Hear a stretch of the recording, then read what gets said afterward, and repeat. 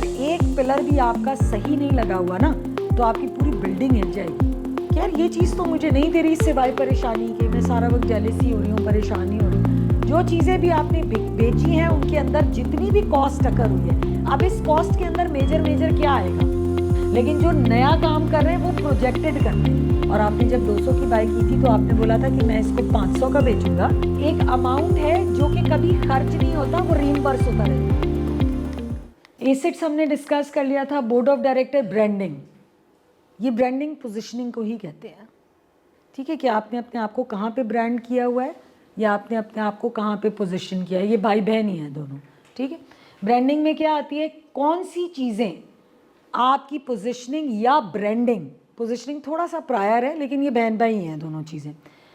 कौन से ऐसे फैक्टर्स हैं जो आपकी ब्रांडिंग को स्ट्रॉन्ग कर सकते हैं, आपकी पोजीशनिंग को बिल्ड कर सकते हैं। सबसे पहले तो आपका वैल्यू। ठीक है, जो भी बिजनेस आप कर रहे हैं उस बिजनेस की कुछ रैशनलाइज चीज़ें होंगी, कुछ कीवर्ड्स होंगे, कोई विजन होगा, कोई मिशन होगा। जैसे आपने कल मुझसे डिस्कस किया, you want to go into rice.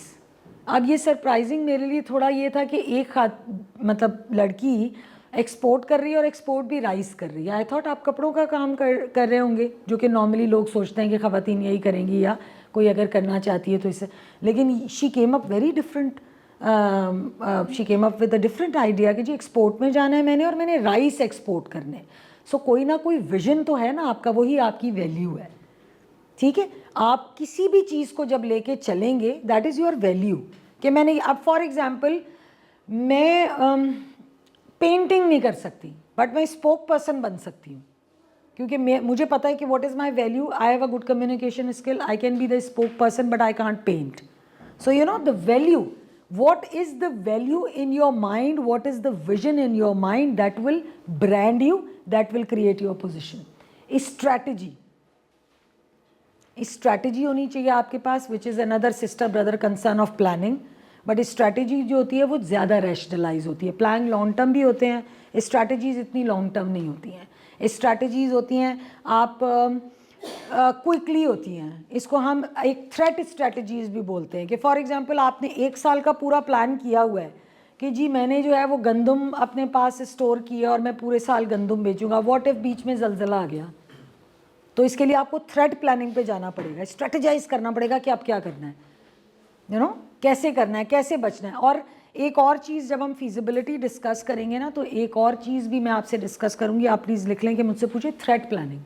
ये बहुत ज़रूरी है, क्योंकि 2-3 चीज़ें ऐसी होती हैं जिनको आपने मद्देनज़र रखना होता है, क्योंकि कुछ भी हो सकता है भाई, बारिशें आ सकती हैं, फ्लड आ सकता है, कुछ भी हो सकता है। तो आपके पास थ्रेट प्लानिंग की कैपेबिलिटी होनी चाहिए, और वो किन किन सूरतों में आ सकते हैं और क्या होता है वो भी हम करेंगे। ट्रस्ट, जो भी आपकी कंपनी के थ्रू ट्रस्ट बिल्ट होगा, वो आपका डिज़ाइन या आपका प्रोडक्ट।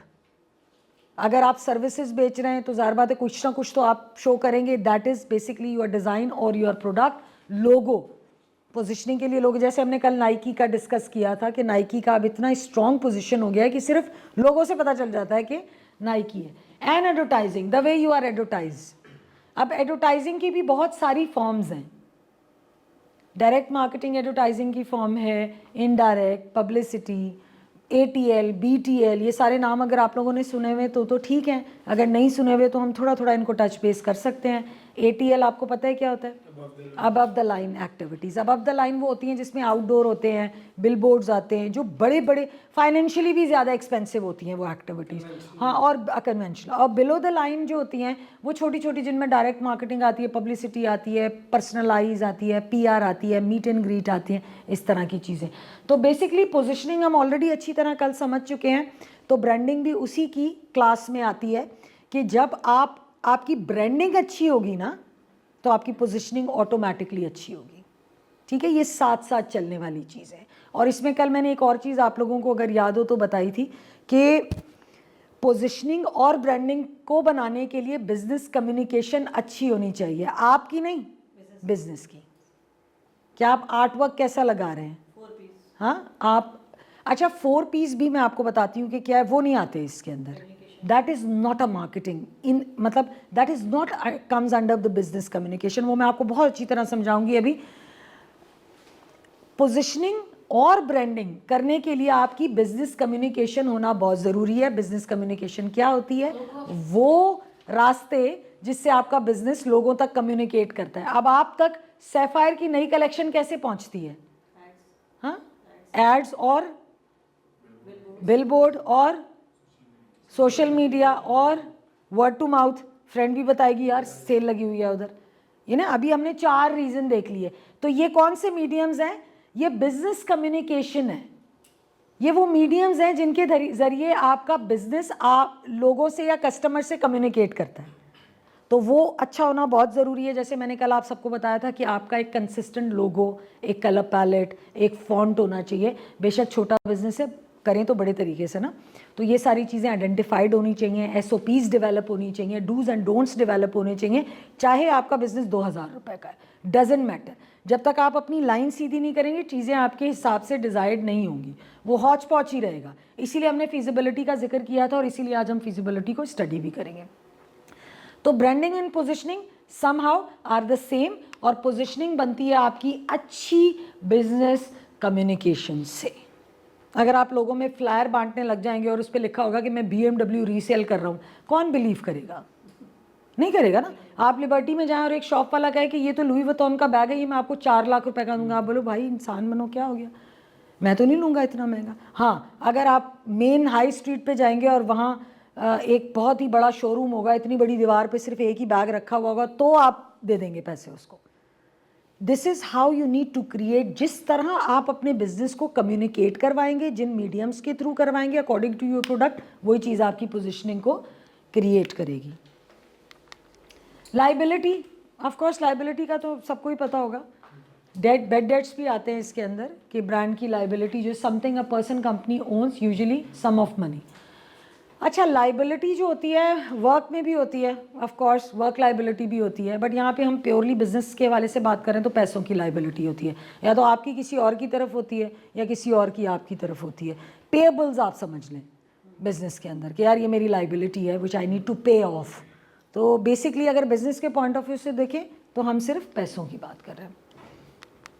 लॉजिस्टिक्स, बिजनेस में कभी-कभी ह्यूमन रिसोर्स में भी लायबिलिटी हो जाती है। हाँ, इंसानों की भी होती है, बिल्कुल बन भी जाते हैं ना लोग। लेकिन जैसे अगर मैं अपनी बात करूं तो I am liable to teach you guys, regardless कितना समझ आता है कितना, बट मेरी एक लाइबिलिटी है जो मेरे ऊपर इस वक्त है टू फ्रॉम देम।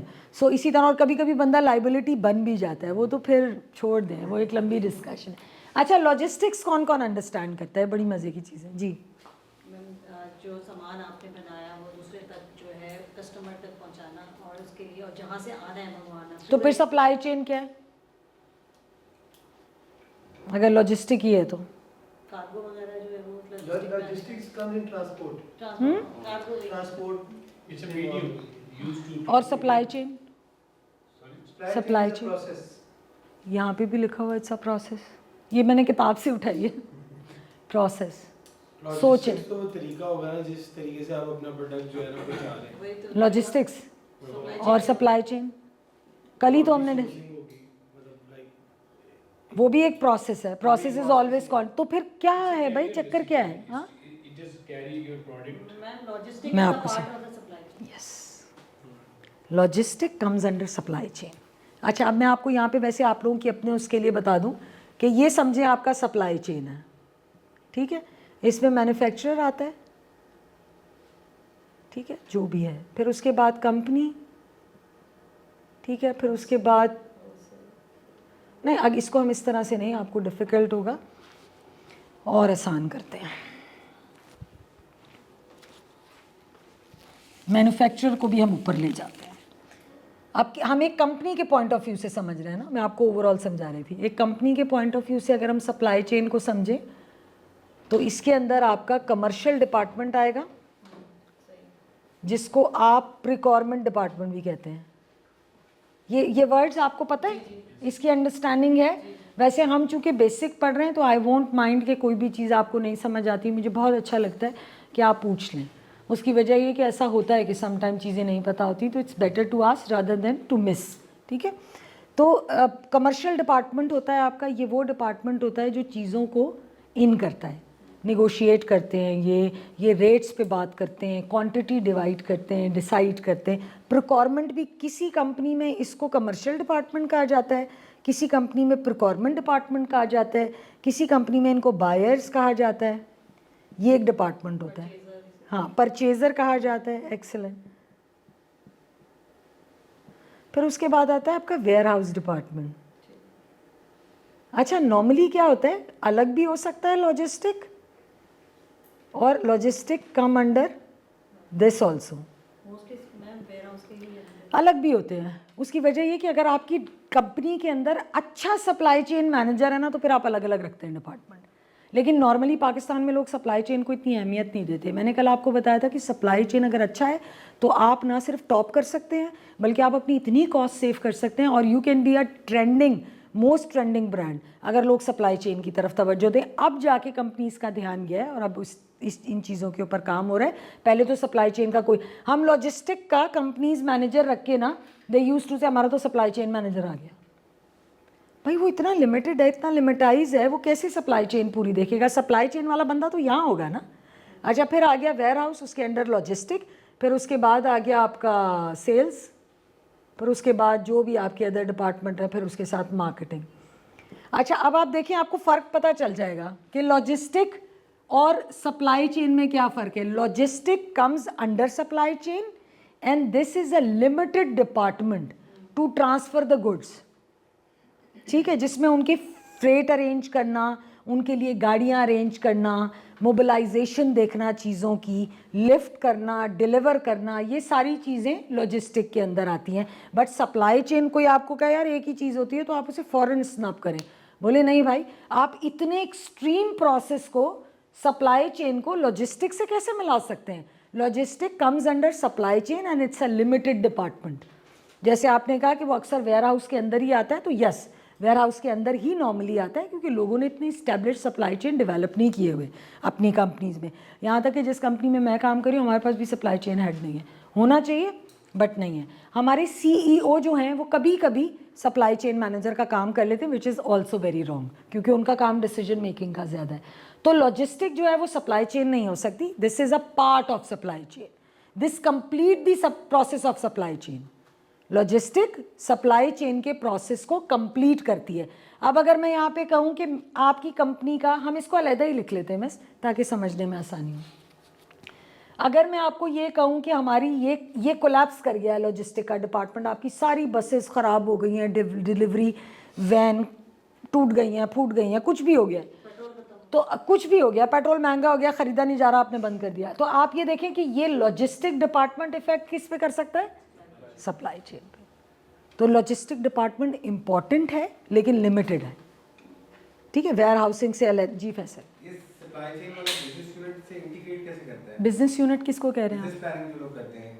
देखिए, supply chain itself starts with the planning. Supply chain एक ऐसी चीज़ होती है जो आपकी पूरी कंपनी का प्रोसेस यहाँ से शुरू करती है।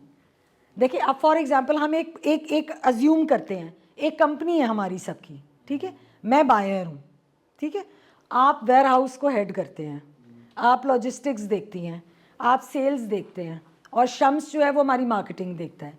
हम एक प्रोसेस है हमारा, सबसे पहले मैं चीज़ खरीदूंगी, फिर मैं आपको दूंगी कि फैसल वेयर हाउस कर लो। आप मुझे बोलेंगे कि मैडम कब आ रहा है, कब आ रहा है, कितना आ रहा है, मैं बता दूंगी भाई इतना आ रहा है, इतना आ रहा है।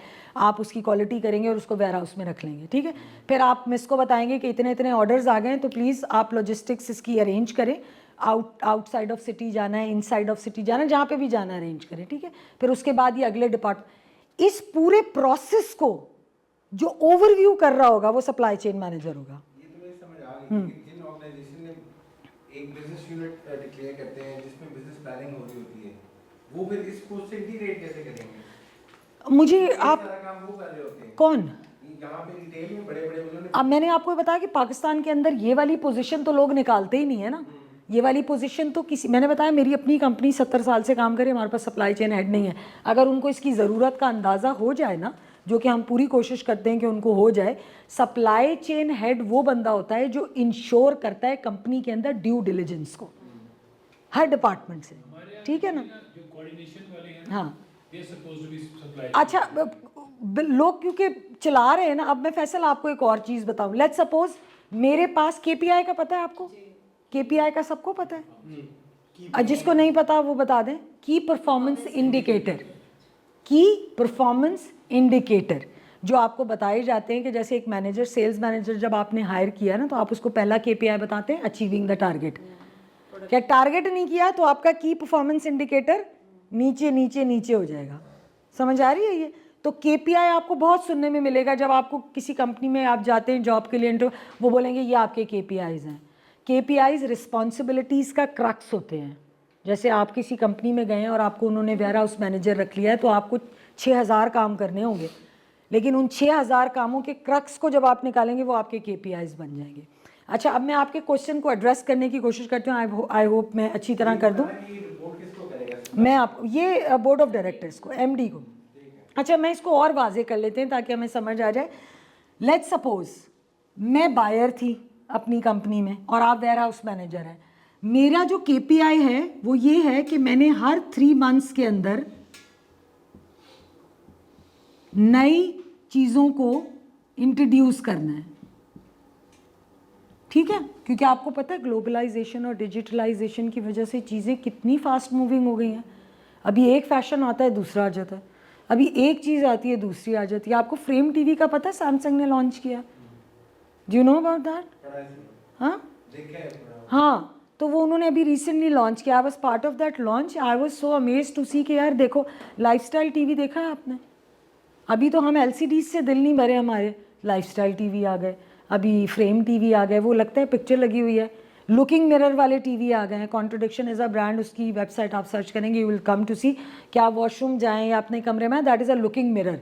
लेकिन जब आप उसको टर्न ऑन करेंगे टीवी, फ्रेम टीवी जैसे फैसल ने बोल देखा भी हुआ है, लाइफस्टाइल टीवी, ये सब चीज़ें क्या हैं? ये ट्रेंड्स हैं, ट्रेंड्स हैं। ग्लोबलाइजेशन की वजह से इतना डायनेमिक इन्वायरमेंट हो गया, आप नहीं करेंगे कोई और कर लेगा भाई। और इनोवेशंस बहुत हो रही हैं, बहुत बहुत जल्दी जल्दी जल्दी। लेट्स सपोज मेरा जो KPI है वो ये है कि हर 3 महीने में मैंने कोई नई चीज़ इंट्रोड्यूस करवानी है, ठीक है? फैसल का ये है कि फैसल ने वेयर हाउसिंग में, फॉर एग्जांपल, जो फैसल का प्रोसेस है प्रिक्वायरमेंट से लेके लॉजिस्टिक तक पहुंचाने का, वो फॉर एग्जांपल इसका 3000 यूनिट्स का है। लेट्स सपोज कि इसको 3000 जो भी हमने बाय किया है, लेकिन इसका एवरेज KPI है कि 3000 यूनिट्स स्टॉक होने के बाद लॉजिस्टिक को हैंडओवर हो जाने चाहिए एज पर दी सेल्स। 3000 का मैंने रैंडम लिया है कि चले मान ले कि हमारे 3000 यूनिट बिकते हैं, ठीक है? ये जो हमारे KPIs हैं, फिर आगे लॉजिस्टिक वाले का काम है। अब ऐसा तो नहीं हो सकता कि हम अपने ड्राइवर्स को जब भेजते हैं ना, पहले कंपनी में हमने ये नोटिस किया कि यार हमारे ड्राइवर जब हम इस्लामाबाद भेजते हैं, ट्रक्स के ड्राइवर, तो एक तो 2 नंबरियाँ बहुत होती हैं, वो सुई का कांटा तोड़ देते हैं, वो फ्यूल ना पता चले, 240 440, वो तो चलो एक अलग बात है। लेकिन उसके अलावा क्या होता था कि रिलैक्स मोड में जा रहे हैं, कि मतलब रात को रुक गए, फिर 4 घंटे बाद फिर रुक गए, फिर 4 घंटे बाद फिर रुक गए। तो कोई ना कोई KPI तो होना चाहिए ना भाई। इस्लामाबाद में आपने 6 दिन में तो नहीं ना पहुंचाना, 1 दिन ले लें चले।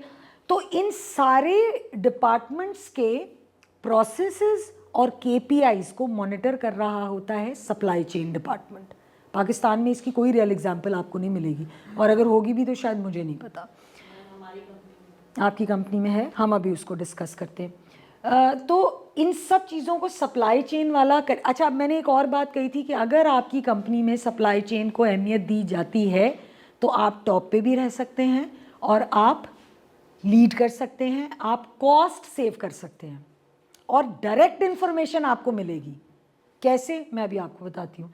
अगर मैंने 3 महीने के काम को 6 महीने पे कर दिया तो मेरी एफिशिएंसी नीचे गई, ठीक है? मैंने 6 महीने में आराम से चीज़ें मंगाई और मैंने फैसल को कहा, फैसल यार खैर है, कुछ नहीं, संभाल लो, कोई मसला होता है। फैसल भी मेरी तरह का एम्प्लॉय है। फैसल कह रहा है यार क्या हो गया, अगर मतलब नहीं जा सके 3000, कोई बात नहीं मैडम, बता दें कस्टमर को 4 दिन बाद मिल जाएंगे। क्योंकि कोई लुक फॉर नहीं कर रहा डिपार्टमेंट के KPIs को। एफिशिएंसी लो होने की वजह से आपके डिलीवरेबल्स लो हो रहे हैं। जो चीज़ एक अच्छे सिस्टम के तहत 40 दिन में कस्टमर को पहुंचनी चाहिए थी, वो हमारी नेग्लिजेंस, सुस्ती, और चूंकि कोई पूछने वाला नहीं है, हम अपने अपने डिपार्टमेंट के जवाब दें, हम अपनी मर्जी से पहुंचा रहे हैं। वो 60 दिन में भी पहुंच रही है, 55 दिन में भी पहुंच रही है। तो क्या हो रहा है कि आप मार्केट से खुद ही डिफरेंस क्रिएट कर रहे हैं। आपने ये नोट किया है कि जब भी कोई फैशन अब आपको इंटरनेशनल नज़र आता है, हमारे ब्रांड्स फ़ौरन कॉपी कर लेते हैं। देखा आपने? जैसे प्लाजोस का फैशन आया, लिबर्टी गए, प्लाजोस ही प्लाजोस, इसे कहते हैं मार्केट लीड करना। और ये तभी होता है जब आपका सप्लाई चेन, अब ये तो वो लोग होते हैं ना जो इंडिविजुअल काम कर रहे होते हैं, तो सप्लाई चेन भी खुद ही देख रहे होते हैं। बड़ी ऑर्गेनाइजेशन में ऐसा नहीं होता, उसमें प्रॉपर डिपार्टमेंटलाइजेशन होती है ताकि अपने अपने डिपार्टमेंट्स के वो करें। अच्छा, फिर आपने क्या किया, आपने 3,000 का आपने बोला यार मैं आज नहीं, कल कर दूंगा, परसों कर दूंगा, तरसों कर दूंगा। फिर एमडी की कॉल आई कि तुमने अभी तक फैसल पहुंचाए क्यों नहीं है 3,000 यूनिट। अच्छा, फिर फैसल को टेंशन हुई है, एमडी ने कहा मैं कुछ नहीं जानता, कल तक पहुंचाओ। अब फैसल ने बोला अब क्या करूं, चलो भाई ओवर टाइम लगाओ, बुलाओ जी वर्कर्स को, करें जी पैकिंग, दें लॉजिस्टिक को। ठीक है, अब क्या हो रहा है, आपकी कॉस्ट बढ़ रही है, कॉस्ट एफिशिएंसी कम हो रही है, कॉस्ट बढ़ रही है, ओवर टाइम लग रहा है आपको। आप अगर 6 बजे तक काम करते थे, उसके बजाय आप 9 बजे तक काम करेंगे तो हर चीज़ अकरिंग कॉस्ट। सो कहने का मतलब ये है कि हर कंपनी के अंदर सप्लाई चेन का प्राइम डिपार्टमेंट होना चाहिए, और सप्लाई चेन मैनेजर जो है वो डिपार्टमेंट्स की एफिशिएंसी को मॉनिटर करता है। हाँ जी, ये आपसे बात, मैंने मल्टीनेशनल में थोड़ा सा काम किया था, मल्टीनेशनल में तो होते हैं सप्लाई चेन हेड्स। जहाँ पे एक बेवरेजेस की कंपनी है जो कि दुनिया में लीडिंग बेवरेजेस की कंपनी है। ओके, अच्छा, वहाँ पे जो वो प्लांट में, not the head office, plant में उनका बैठा हुआ है बिजनेस यूनिट का हेड, और वहाँ पे जो फाइनेंस का हेड है वो भी बिजनेस यूनिट को रिपोर्ट करता है, और फाइनेंस के हेड के नीचे एक इन्वेंट्री मैनेजर बैठता है और क्रेडिट मैनेजर बैठता है, जो कि ये सारा प्रोसेस वहाँ पे वो देखते हैं। स्टिल वहाँ पे मुझे अभी तक जो मैंने देखा था, और वहाँ पे पाकिस्तान में शुरू में उस वक्त उन लोगों ने सैप भी इम्प्लीमेंट कर दिया था। ओके। ठीक है, अच्छा, सैप ऐसे बहुत पुराना हो गया है अब, तो बड़ी बड़ी प्रोफेशनल सॉफ्टवेयर्स आ गए। ट्रू, लेकिन वो बहुत एडवांस लेवल पे इम्प्लीमेंट हुआ था, यानी वहाँ पे कुछ गेट से भी चीज़ जाती है तो उस सिस्टम में प्रॉपर वो जी, जी। इट वाज बहुत बड़े लेवल पे जी हुआ जी, था। ETA गेट्स लगते हैं उस पर, और सॉफ्ट बार कोड्स और ये सारी चीज़ें। लेकिन वहाँ पे भी सप्लाई चेन मैनेजर मैंने नहीं देखा, वो भी बिजनेस यूनिट हेड के थ्रू ही इधर चला रहा है। अच्छा देखें, अब वही बात है कि सम टाइम ना नाम अलग अलग होते हैं, बट आपकी चीज़ें जो आपको डिफ्रेंशिएट करते हैं वो आपके KPIs और रिस्पॉन्सिबिलिटीज़ होती हैं। जैसे मैंने बताया कि I play a role as a buyer अपनी कंपनी के अंदर, बिकॉज मैं बाई करती हूँ। रिक्वायरमेंट, अब उसको प्रिकॉर्मेंट कह लें, हालांकि मैं बिजनेस हेड कर रही हूँ, तो मैं ये रोल भी प्ले कर रही हूँ, मैं सप्लाई चेन का रोल भी प्ले कर रही हूँ, मैं चीज़ों को डायरेक्ट और इनडायरेक्ट देख रही हूँ। डिज़ायर्ड आइडियल सिचुएशन शायद किसी कंपनी में मिल जाए, शायद किसी कंपनी में नहीं मिले, लेकिन आप जो बिजनेस यूनिट कह रहे हैं ना, वो शायद सप्लाई चेन का ही काम कर रहे होंगे, क्योंकि वो एफिशिएंसी को। अच्छा, इफेक्टिवनेस और एफिशिएंसी में क्या फ़र्क है, चलें ये बताएं। हम कहते हैं ना यार ये बंदा बहुत एफिशिएंट है, ये बंदा बहुत इफेक्टिव है, तो क्या किन बेसिस पे कहते हैं? एफिशिएंट को हम जो मेजर करते हैं वो स्पीड से मेजर करते हैं कि कितने जल्दी ये काम कर रहे हैं। इफेक्टिवनेस के वो जितना काम कर रहे हैं, क्या वो सीख भी कर रहे हैं नहीं कर रहे हैं। ठीक है, किसी तरह इफेक्टिव ये हो सकता है कि एक बंदे को जितना टारगेट दिया हो वो उसको पूरा कर रहा है, और एफिशिएंसी ये है कि वो मिनिमम रिसोर्स में वो बिल्कुल सही, बिल्कुल। इसका मतलब आप लोगों को पता है यार, वेरी गुड। अक्सर लोगों को ये नहीं पता होता, लेकिन आई एम हैप्पी कि आप लोगों को पता है। इफेक्टिवनेस वही होती है कि आप अपने गिवन टास्क को गिवन रिसोर्सेज में पूरा करें। एफिशिएंसी होती है जब आप टाइम भी बचा लें, पैसे भी बचा लें, तो कहते हैं कि यार ये बंदा बहुत एफिशिएंट है। तो it's a clear difference. So business की इफेक्टिवनेस को एफिशिएंसी में कन्वर्ट करता है सप्लाई चेन डिपार्टमेंट, प्रॉम्प्ट करता है। अच्छा, एक और मज़े की बात है, अगर आपका सप्लाई चेन अच्छा है ना, तो इन्फॉर्मेशन आपसे फ़ौरन आती है, क्योंकि आप रिटेलर तक कनेक्टेड होते हैं कि यार पहुंच गया या नहीं पहुंच गया। रिटेलर के पास आके, जैसे आप गए, आपने जूता उठा के फेंक दिया कि यार मुझे तो ये नहीं पसंद आया, उसने फ़ौरन रिपोर्ट किया, फ़ौरन रिपोर्ट किया कि सर ये फीडबैक सप्लाई चेन डिपार्टमेंट तक इमीडिएटली पहुंच गया, क्योंकि हर लेवल पे हर डिपार्टमेंट उससे कनेक्टेड होता है, तो आपके पास फीडबैक फ़ौरन पहुंचता है। नहीं तो लोगों को पता ही नहीं होता कि यार ये तो बिका ही नहीं, तो फिर कहते सर ये तो हमने फीडबैक लिया था, वो कह रहे थे ये मसला है, वो कह रहे थे कलर का मसला है, वो कह रहे ये मसला नहीं है। क्योंकि फिर सेल्स वाले अपना फीडबैक देंगे मार्केटिंग वालों को, मार्केटिंग वाले अपनी जो मीटिंग्स होती हैं मंथली उसमें बताएंगे कि नहीं सर सेल अच्छी इसलिए नहीं हुई कि ये नहीं हुआ, वो नहीं हुआ। जब आपका 3,000 यूनिट का फ्लो यहाँ जाते जाते तक एक जैसा नहीं है, तो सप्लाई चेन फ़ौरन पता चला लेगा कि किधर मसला है। फिर तो इसका ऑपरेशन और प्रोडक्शन भी इसी को रिपोर्ट करेगा। हाँ, जितने मैं यहाँ पर लिखना भूले, देखिए supply chain is a prime department. इसके नाम से सोच समझे ना, सप्लाई की चेन को जो बंदा मैनेज कर रहा है बहुत सीनियर पोजीशन होती है। हमारे यहाँ 2-2 लाख रुपए पे रख लेते हैं। इसके अंडर नहीं आ जाती हैं। It's also a part of your process. हम कोऑर्डिनेशन में, जैसे सप्लाई चेन मैनेजर है, मैं प्रोडक्शन को लीड कर रही हूँ, तो हम एक कोऑर्डिनेशन के उस पे हैं, लीड हम एमडी साहब को ही करते हैं। नहीं, ऐसा नहीं होता। देखिए, आप सबसे पहले ना इस चीज़ को अपने जहन में क्लियर करेंगे, supply chain, supply chain, supply chain क्या है। सप्लाई कर रहे हैं ना, आपका जो भी बिजनेस है, आपने किसको सप्लाई करना है? कस्टमर को। मैं अपनी जॉब के हवाले से बात, हम आपकी जॉब के हवाले से भी इसको रिलेट करेंगे, ताकि फिर तो फ़ायदा नहीं अगर आपको समझ नहीं आया तो। सप्लाई किसको करना है आपने? कस्टमर को। हमने वेयर हाउस को देना है, क्योंकि सप्लाई चेन ने मुझे नहीं, तो आप फिर लिमिटेड बात कर रही हैं अपने केपीआई की। अगर ओवरऑल आपका बिजनेस देखा जाए, लॉजिस्टिक को भी छोड़ दें, आपका जो भी बिजनेस है, मुझे मार्केटिंग फोरकास्ट जैसे आई है ना, और वो सप्लाई चेन ने मुझे दी है, और ट्रेंड भी दिया है कि इतनी प्रोडक्शन मुझे चाहिए। ठीक है। तो मुझे वेयर हाउस में इतनी क्वांटिटी, क्योंकि आगे जो जितनी भी मार्केटिंग की कैंपेन चलने वाली है फार्मास्यूटिकल के अंदर, तो आप मुझे वेयर हाउस के अंदर इस प्रोडक्ट्स की इतनी इतनी चीज़ें आप मुझे करके दे दें। तो ये चीज़ मुझे सप्लाई चेन बताता है, पूरा मटेरियल अरेंज करके ठीक देता है, बताता है, production ठीक बताता है। लेकिन आपने कहा कि प्रोडक्शन इसके अंदर नहीं आता। मैं आपको ये समझाने की कोशिश कर रही हूँ कि आपका पूरा बिजनेस क्या है। कुछ भी बेचती हैं आप, पूरा बिजनेस क्या है? कस्टमर को सर्व करना। कस्टमर को सर्व करने तक जितने डिपार्टमेंट्स एक्टिव हैं, वो सब सप्लाई चेन का हिस्सा है। चाहे वो प्रोडक्शन है, चाहे वो R&D डिपार्टमेंट है, रिसर्च एंड डेवलपमेंट, चाहे कुछ भी। अब ये भी है कि अक्सर लोग कंफ्यूज हो जाते हैं, यार हमारी कंपनी में तो ऐसा नहीं है। हमारी, यार हर कंपनी के ना अपने अपने डिपार्टमेंट्स होते हैं, अपने अपने तरीके से। जैसे फॉर एग्जांपल, मैं रिटेल एक्सपर्ट हूँ, लेकिन मैंने बहुत सारी कॉर्पोरेट डील्स भी की हैं। मैं अभी रिसेंटली 18 का, पता है किसी को? 18 डेवलपर्स, उनके साथ अभी हमने कोई तकरीबन 50 करोड़ का एक क्लोज़ किया है माशाल्लाह, उनके टावर्स के doors and wardrobes and kitchen का। तो हालांकि मेरा काम नहीं है, लेकिन फिर भी मैंने वो किया है। तो इसी तरह कंपनीज अपने हिसाब से डिपार्टमेंट्स को अलग अलग नाम भी दे सकती हैं, क्योंकि होता ये है कि समटाइम लोग लीन मैनेजमेंट पे काम करते हैं, वर्टिकल मैनेजमेंट पे। एक बंदा एक बंदा एक बंदा एक बंदा, विच इज़ वेरी अप्रिशिएटेड। मुझे लगता है कि बंदे को थोड़ा सा ईज़ हो जाता है। और कुछ कंपनीज होती है वो हॉरिजेंटल पे काम करती है, मतलब उनकी मिडल मैनेजमेंट इतनी बड़ी होती है, हर चीज़ के लिए मैनेजर। जैसे पाकिस्तान में हर मिनिस्ट्री के लिए एक मिनिस्टर, और ये वो ना काम खप डाली हुई है। सो कहने का मतलब ये कि supply chain is a prime process and it's a supply chain. So whatever department is working to make that thing possible comes under supply chain. ठीक है, तो ये तो पक्का कर लें। अब आपकी कंपनी का आप कुछ पूछ रहे थे, नहीं, मैम यही बता आपको ये क्लियर हुआ? जी जी बिल्कुल ठीक है। जी। मैम ये ऑर्गेनाइजेशन हायरार्की में कहाँ आता है? ऐसी ऑर्गेनाइजेशन, हायरार्की में कहाँ? What is hierarchy? मतलब ऑर्गेनाइजेशन स्ट्रक्चर जो होता है कि टॉप हायरार्की क्या आपको लगता है डिपार्टमेंट्स की होती है? नहीं, लोगों की होती है। लोगों की होती है। तो ये कहाँ जो होता है? सप्लाई चेन हेड है ना, वो आपकी टॉप मैनेजमेंट। देखिए, जो बंदा आपकी कंपनी की सप्लाई चेन को मॉनिटर कर रहा है, आपको लगता है छोटा बंदा होगा?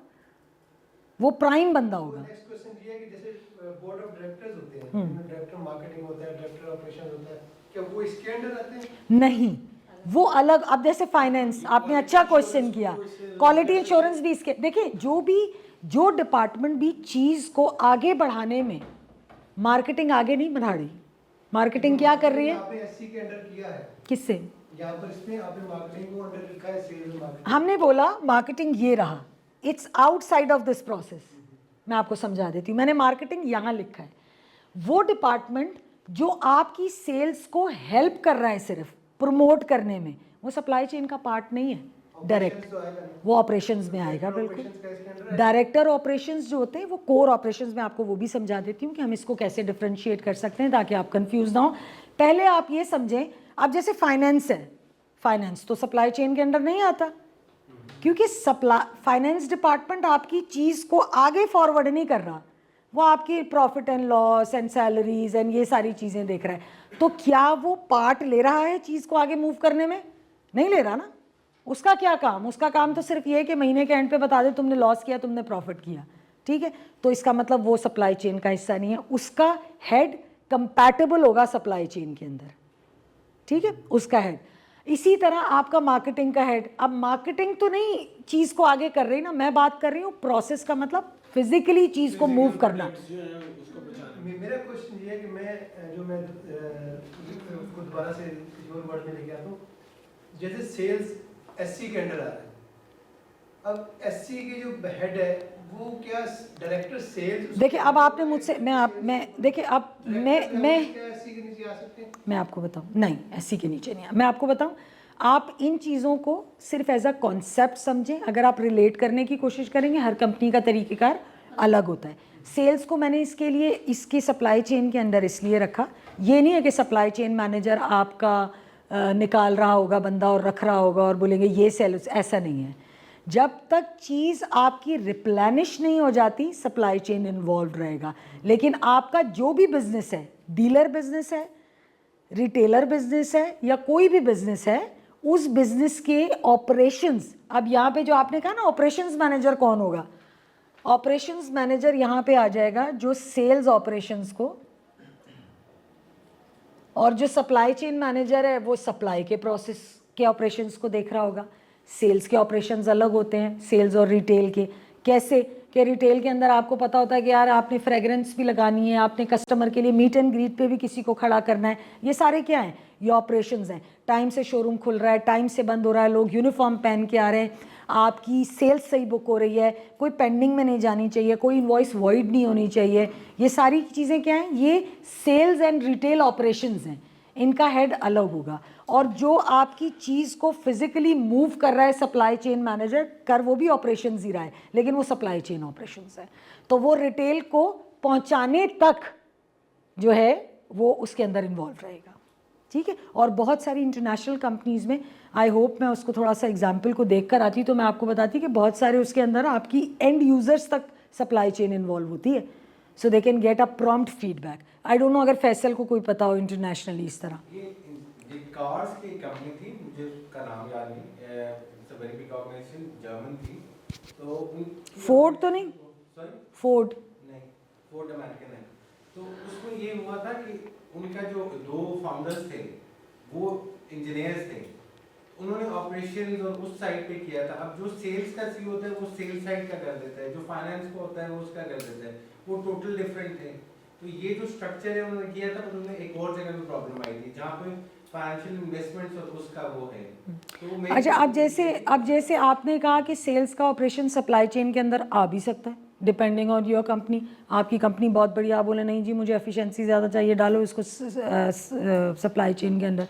कुछ लोग उसको डायरेक्टर सेल्स रखते हैं, अलहदा रखते हैं, ताकि अपर लेवल के ऊपर भी कंपटीशन और वो। लेकिन जब हम अपर लेयर देखेंगे ना, तो उसके अंदर सप्लाई चेन हेड आएगा जो कि आपके production, procurement, warehousing, logistic को देख रहा होगा। मार्केटिंग का हेड आएगा, आपकी सेल्स का हेड आएगा, क्योंकि सेल्स प्रोक्योरमेंट वाले को नहीं पता सेल कैसे करनी है, उसको पता चीज़ पहुंचानी है।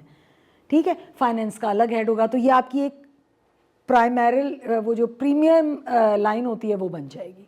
ठीक है। तो this is how supply chain is important and this is how supply chain can provide the efficiency to the business by saving time and cost. ठीक है। अगर सप्लाई चेन अच्छी तरह से मॉनिटर नहीं हो रही कंपनी में, अभी हमारी कंपनी में क्या हो रहा था कि सप्लाई चेन का अलग डिपार्टमेंट नहीं है, तो हो रहा होता है कि जब सब हेड्स बैठते हैं ना मीटिंग्स के अंदर या बीओडीज की मीटिंग्स के अंदर, तो हमारे एमडीज ना हमारे फैसले करवा रहे होते हैं। हम कहते हैं सर हम क्या करें, हमें चीज़ ही लेट मिली। अब जैसे for example recently I had raise the complaint कि 9 महीने तक हमारी इंपोर्ट बंद थी। उसके बाद जैसे इंपोर्ट खुली तो I have ordered a lot of things. मैंने कोई 9 कंटेनर्स ऑर्डर किए, क्योंकि मुझे पता था कि मेरी कस्टमर्स की डिमांड और नीड है। 9 महीने बाद जब इंपोर्ट का नया मटीरियल आएगा तो people will love to come to your showrooms and they will buy. लेकिन पॉइंट ये हुआ कि वहाँ पे फाइनेंस के स्लो होने की वजह से और सुस्त होने की वजह से, क्योंकि हम रोज़ाना फॉलोअप करें, यार पेमेंट कर दो, यार पेमेंट कर दो, यार पेमेंट कर दो, फिर मंथ एंड के ऊपर एमडी सॉल्व करवा रहे हैं कि तुमने पेमेंट क्यों नहीं की। हम एमडी को शिकायत लगा रहे हैं कि सर इन्होंने देखे पेमेंट नहीं की, जिसकी वजह से मेरी शिपमेंट लेट हुई है। शिपमेंट लेट हुई है, अब जो हमारा इंपोर्ट का बंदा यहाँ पे पोर्ट पे जाता है वो एब्सेंट है, तो हमारी ये चीज़ है। अगर आपके पास एक प्रॉपर डिपार्टमेंट बना हुआ है तो आपको अपने एमडी को शिकायत करने की ज़रूरत नहीं है, आपको रोले भी डालने की ज़रूरत नहीं है। You just need to write the department कि my work is getting hurt due to this department, is there responsibility to figure that out. So आप क्या हो गया, आपके लिए वर्किंग आसान हो गई, फ्रस्ट्रेशन कम हो गई। जैसे स्मॉल क्वेश्चन, क्या सर्विसेज इंडस्ट्री में भी इसकी जरूरत है? देखो, ये फिजिकल सप्लाई की हम बात करें, सर्विसेज डिपार्टमेंट में इसकी असर ज़रूरत नहीं होती, क्योंकि उसके देखिए सर्विसेज एक इंटेंजिबल थिंग है। ठीक है। और वो आप किसी के थ्रू नहीं प्रोवाइड कर सकते, वो या तो आप डिजिटलाइजेशन या आर्टिफिशियल इंटेलिजेंस या ह्यूमन फैक्टर, उसके अंदर ये नहीं होगा कि जैसे अगर साथ को किसी को सर्विस प्रोवाइड करनी है तो साथ कहेगा कि ये सर्विस वहाँ से लाएगा कौन। ऑफ कोर्स साथ will understand himself, he will learn, he will understand. और साथ को लॉजिस्टिक भी नहीं चाहिए होगा कि यार मुझे बिठा के ले जाओ ताकि मैं वहाँ जाए। प्रोक्योरमेंट तो होती है उसमें भी, प्रोक्योरमेंट किस तरह, जब एक रिसोर्स प्रोक्योरमेंट हो जाए, ह्यूमन रिसोर्स प्रोक्योर नहीं होता, नहीं जैसे हमने हायर करने हैं, हायर होता है। करने हैं, हमने उसको प्रोवाइड करने, कंप्यूटर्स प्रोवाइड करने हैं, हाँ। वो बाय करने हैं, हाँ। हमें उसको गाड़ी देनी है हाँ। कि जाके बट service ये provide ये एम्प्लॉय फैसिलिटेशन है, इसमें आप कस्टमर लेकिन सर्व नहीं उसमें कर रहे। मतलब हमने उसको सर्विस प्रोवाइड करनी है, फॉर एग्जांपल घर पे जाके, बिल्कुल। तो वो सर्विस प्रोवाइड करने के लिए देखिए वो भी फिर एक बात है कि उस सर्विस इंडस्ट्री के अंदर आपको सप्लाई चेन डिपार्टमेंट इसलिए नहीं चाहिए होता बिकॉज जो चीज़ें आप कह रहे हैं ना, कंप्यूटर, टेबल, ये वो लटरम पटरम जो भी है, ये आपको एक एम्प्लॉय को फैसिलिटेट करने के लिए देना होता है ताकि वो अच्छी सर्विसेज दे सके। This is not a supply chain, this is facilitation of your employ, ठीक है। और फिर अगर वो गाड़ी में बैठ के किसी को सर्विस देने जा रहा है, this is also not a supply chain, क्योंकि कोई चेन नहीं है, कोई प्रोसेस नहीं है, आपने टाइम लिया, उसने दे दिया, आ जाओ, आप पहुंच गए अपनी सर्विसेज सेल करने। जी फैसल। जहाँ सप्लाई चेन मैनेजर नहीं होता वहाँ पे ऑपरेशन एक्सीलेंस और सिक्स सिग्मा ऐसी चीजें कौन देखता है? अच्छा देखो, सिक्स सिग्मा का चक्कर ये है कि मैंने किया है सिक्स सिग्मा, मेरे पास बड़े नोट्स पड़े हैं, आपको चाहिए तो मैं दूंगी। सिक्स सिग्मा एक अच्छी चीज़ है, लेकिन बात फिर वहाँ पे आके ख़त्म हो जाती है कि अगर आप बहुत अच्छा कॉन्टिनेंटल सीख के आ गए और घर पे आपके अब्बू ने कहा खबरदार पाए बनेंगे, तो किधर गया वो फिर शेफ़ की डिग्री, ख़त्म। तो सिक्स सिग्मा बहुत अमेजिंग चीज़ है। अगर किसी को भी नोट्स चाहिए, six sigma is a certification, जी मैं आपको प्रोवाइड कर दूंगी, बट वो बड़े बड़े बंडल हैं। हमारा कौन से बेल्ट हाँ बेल्ट पे होते हैं ना कौन? यार, मैं तो इनिशियली एक कोर्स सर्टिफिकेशन किया है मैंने, इसमें बेल्ट होते हैं, लेकिन मुझे कोई फ़ायदा ऐसा सच अपनी ज़िंदगी में सिवाय नॉलेज के मिला नहीं। वो भी एक बहुत बड़ा फ़ायदा है, लेकिन मैं एग्जीक्यूट नहीं कर पाई, क्योंकि सिक्स सिग्मा से आप इस काबिल हो जाते हैं कि आप अपनी डिपार्टमेंट में से एफिशिएंसीज निकाल सकें। आप अपने डिपार्टमेंट में से एफिशिएंसीज निकालें, उनको लीन करें, उनको कॉस्ट इफेक्टिव करें, लेकिन वो है कि आपका बॉस तैयार भी हो ना वो सारी चीज़ें करने पे। अगर वो कहेगा कि नहीं मैंने 40 साल पुराना वाला बाबा नहीं निकालना, जो ये कहता है कि भाई तुमको क्या पता, तो फिर आप चेंज नहीं ला सकते। So six sigma it's a certification, it's a course, it has a proper notes और सारी चीज़ें। अगर आप पढ़ें आपके लिए नॉलेजफुल तो होगा कि कहीं आपको कभी डिलीवर करना पड़े तो आप बता सकते हैं कि आइडियल सिचुएशंस क्या होती हैं। ये इको वालों ने और आरसी वालों ने यही किया, उनका बच्चा बाहर से पढ़ के आया, उसने जितने भी 16 साल यानी कि हर बंदा ही निकाल दिया उससे। एक साल वो बैठा पढ़ता रहा, देखता रहा। हाँ। अब उसने हर एक को किक मारी, चाहे वो जितना भी कर ले। हाँ अच्छा, हमारे पास ना अगर लाहौर की बात करें ना तो बहुत सारे ऐसे केसेस हैं जिसमें जो यंग लैड्स पढ़ के आए हैं उन्होंने काफ़ी, जैसे अगर मैं अपनी कंपनी में बात करूं तो जो चेयरमैन है हमारे, उनका एक ही बेटा है, and when he came back तो शुरू में तो उसको परेशान ही कर दिया बेचारे को, वो गोरा सा बच्चा था, उसको पाकिस्तानी बना दिया, उसको सारी चालाकियाँ सिखा दी उसको, वो जो बाबी बैठे हुए थे उन्होंने। लेकिन मुझे ये लगता है कि अगेन कोई भी हार्ड एंड फास्ट रूल नहीं है कि मैं अगर आपको बोलूँ यार आप अगर बिलियनर बन जाओ सबको निकाल देना, और आपको बोलूँ आप अगर बिलियनर बन जाओ सबको रखना। There is no hard and fast rule, there is always a intelligence.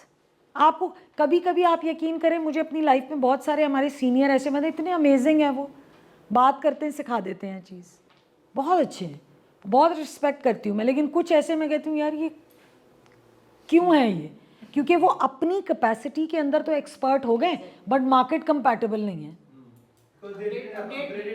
हाँ, उन्होंने एक स्किल सेट को तो ग्रो कर लिया कि यार भैया आपको क्या पता, लेकिन हमने बोला सर आप बाहर जाके देखिए आपको क्या पता। मतलब कितनी चीज़ें हैं जो मार्केट में चेंज हो गई हैं। आप सोचें एक बंदा अगर 20 साल किसी पहले होता था कि यार अगर किसी को अच्छा एम्प्लॉय जानना है ना तो आप देखें कि वो कंपनी में कितना पुराना काम कर रहा है। अब ये आपको पता है पर्सपेक्टिव चेंज हो गया है, अब ऐसा कुछ ही नहीं है। अब अगर आप एक कंपनी में 20 साल तक हैं तो लोग आपको हायर करने में रिलक्टेंट फील करेंगे, क्योंकि वो कहेंगे इसको तो मार्केट कंपैटिबल ही नहीं है ये इससे। हाँ, और ये एक ही चीज़ में एक्सपर्ट हुए जा रहे हैं। तो आइडियली होता है कि 3 से 4 साल आप एक पोजीशन पे निकालें, फिर आगे बढ़ें, फिर आगे बढ़ें, फिर आगे। लेकिन अगर अच्छा चल रहा है, आप सेटिस्फाइड हैं और आपकी कंपनी के अंदर ग्रोथ है, कंपनी की ग्रोथ आपकी तभी होगी ना। फॉर एग्जाम्पल अगर मेरी कंपनी आज भी सैप यूज़ कर रही है या फाइबर ऑप्टिक पे है तो मैं क्या सीखूंगी। हाँ, अगर मेरी कंपनी आर्टिफिशियल इंटेलिजेंस को ले आई, ये बॉट्स आ गए हमारी कंपनी के अंदर, चैट बॉट्स आ गए।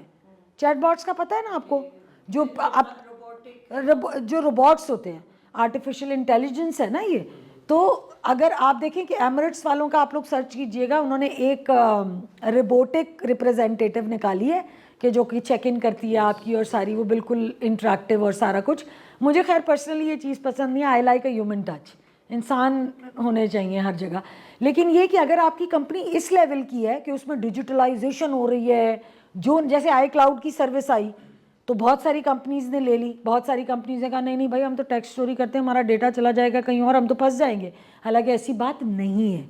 This is a lack of intelligence. आपको पता ही नहीं है क्योंकि आप 40 साल से बाहर गए नहीं, आप उधर ही बैठे हुए काम कर रहे हैं। तो आप कह रहे हैं नहीं नहीं, नो नो नो नो, मैंने नहीं लेना iCloud. ICloud is the safest option आपके डेटा सिक्योर करने के लिए, कि आपका सर्वर भी उड़ जाए, तबाह हो जाए वो सर्वर रूम, तो भी आपका डेटा कहीं नहीं जाएगा। तो इज़ द सेफेस्ट। लेकिन जस्ट बिकॉज कि एक बंदा 30 साल से बैठा हुआ है आईटी के ऊपर, वो कह रहा नहीं मैडम, उसने बॉदर ही नहीं किया कि वो अपने आप को डेवलप कर सके अकॉर्डिंग टू द टाइम। तो जिस कंपनी के अंदर डिजिटलाइजेशन है, आर्टिफिशियल इंटेलिजेंस है, वो ग्रो कर रहे हैं, नए नए पैरामीटर्स लेके आ रहे हैं, उस कंपनी में आप 20 साल भी रहें तो आप तरक्की करेंगे, क्योंकि कंपनी ग्रो कर रही है ना। लेकिन अगर कंपनी के सिस्टम ग्रो नहीं कर रहे हैं और कंजर्वेटिव हैं, सेंट्रलाइज्ड हैं, तो फिर मुझे लगता है आपको छोड़ के कहीं और किसी कंपनी में जाना चाहिए ताकि आपकी सेल्फ ग्रोथ ना रुके। आपका टी टाइम है आई थिंक, नहीं है? सही है, छोड़ो टी टाइम, क्या कर। ये लॉजिस्टिक्स हमने पढ़ लिया। लॉजिस्टिक्स तो इजी है टू अंडरस्टैंड आई थिंक। आगे चलें हम।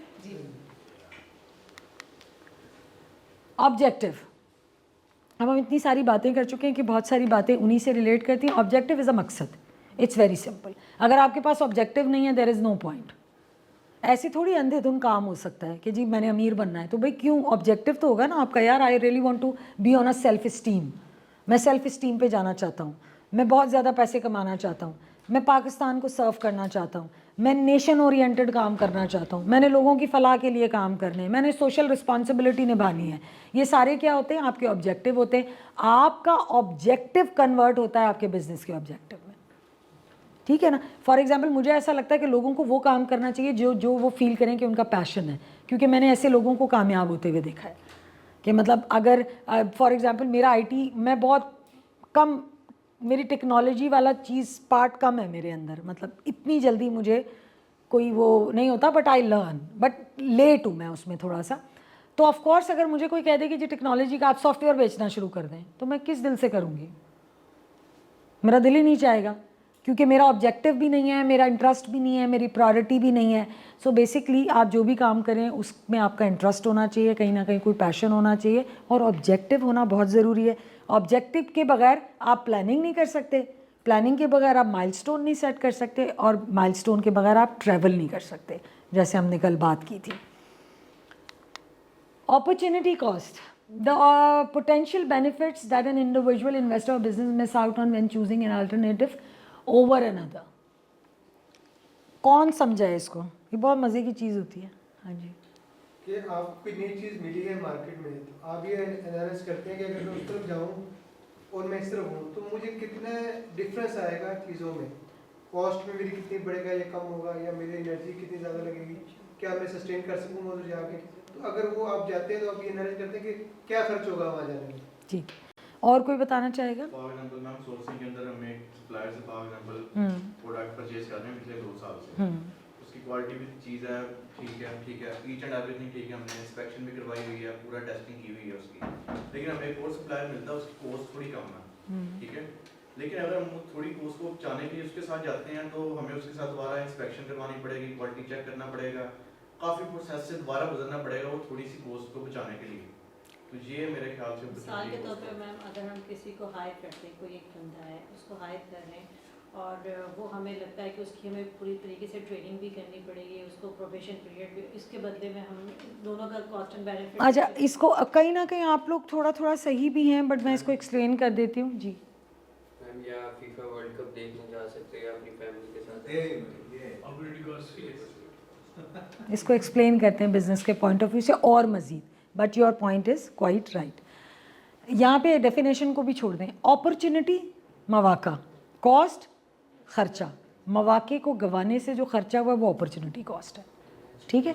आपने देखा फॉर एग्जांपल, बहुत ही बेसिक एग्जांपल लेते हैं, एक बंदा ड्रिंक्स सेल करता है, कोई भी, मतलब पेप्सी कोक उसका ठेला है या कुछ भी, उसने देखा कि एक जगह पे कहीं इवेंट हो रहा है, आपने देखा इवेंट में वो लोग आ जाते हैं बेचने वेचने, वो क्या कर रहे होते हैं, वो अपॉर्चुनिटी कॉस्ट को अवेल कर रहे होते हैं। अपॉर्चुनिटी क्रिएट होती है ना, बहुत सारे लोग इकट्ठे हो जाते हैं तो उनको होता है कि यार आज हमारी ज़्यादा सेल हो जाएगी, तो जब आप उसको मिस करते हैं तो वो कॉस्ट आपके सर पे पड़ती है। दैट इज़ दी, अब जैसे फॉर एग्जांपल कोविड के अंदर जिन लोगों ने ऑनलाइन बिजनेसेस को परसू किया उनको अपॉर्चुनिटी कॉस्ट नहीं पड़ी, उन्होंने उसको अवेल किया अपॉर्चुनिटी को। लेकिन जो बंदा उस मौके को अवेल नहीं करेगा उसको अपॉर्चुनिटी की कॉस्ट पड़ेगी, कोई और ले लेगा। जी मेरा जो कॉन्सेप्ट है, मुझे करेक्ट कीजिएगा, कि जो वहाँ पे स्टॉल लगा रहा है बंदा और सारे हम गए हैं, तो अगर उसने मुझे अवेल नहीं किया तो ये उसकी अपॉर्चुनिटी कॉस्ट है, ये उसकी लॉस सेल्स है,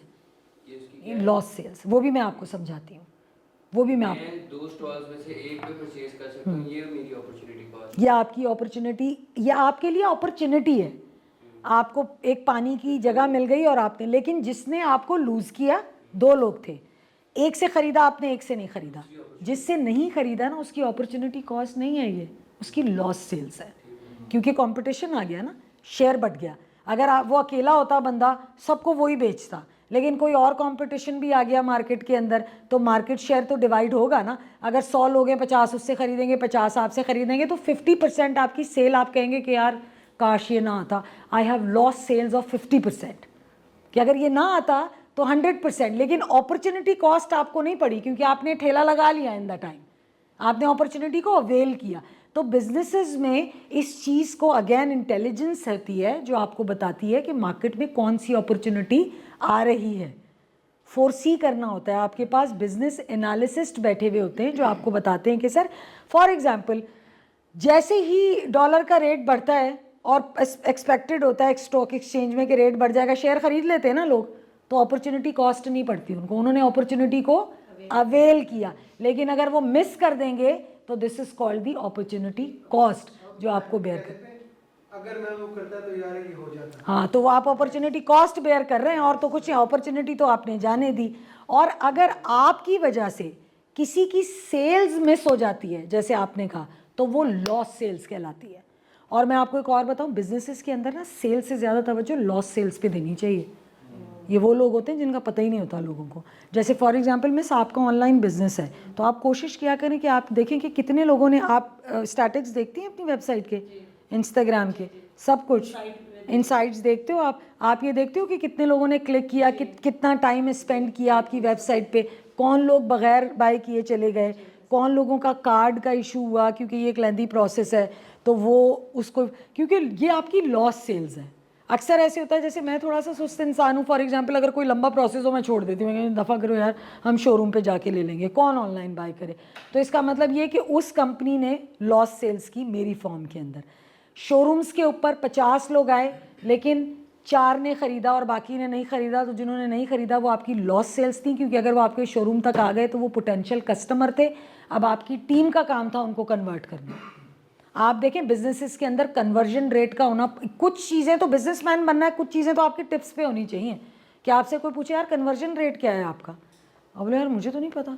ओ भाई क्यों नहीं पता, महीने में कितने कस्टमर आते हैं, कितनों को सर्व करते हैं, सेल कितनी है, उसको मल्टीप्लाई करें, देखें आप निकालें, आपको परसेंटेज निकल के आ जाएगी कि आपने कितनी लॉस सेल्स की और आपका कन्वर्जन क्या है। अगर किसी भी बिजनेस का कन्वर्जन 50% से कम है तो भाई फिक्र करें, 50% से कम पे फिक्र करें।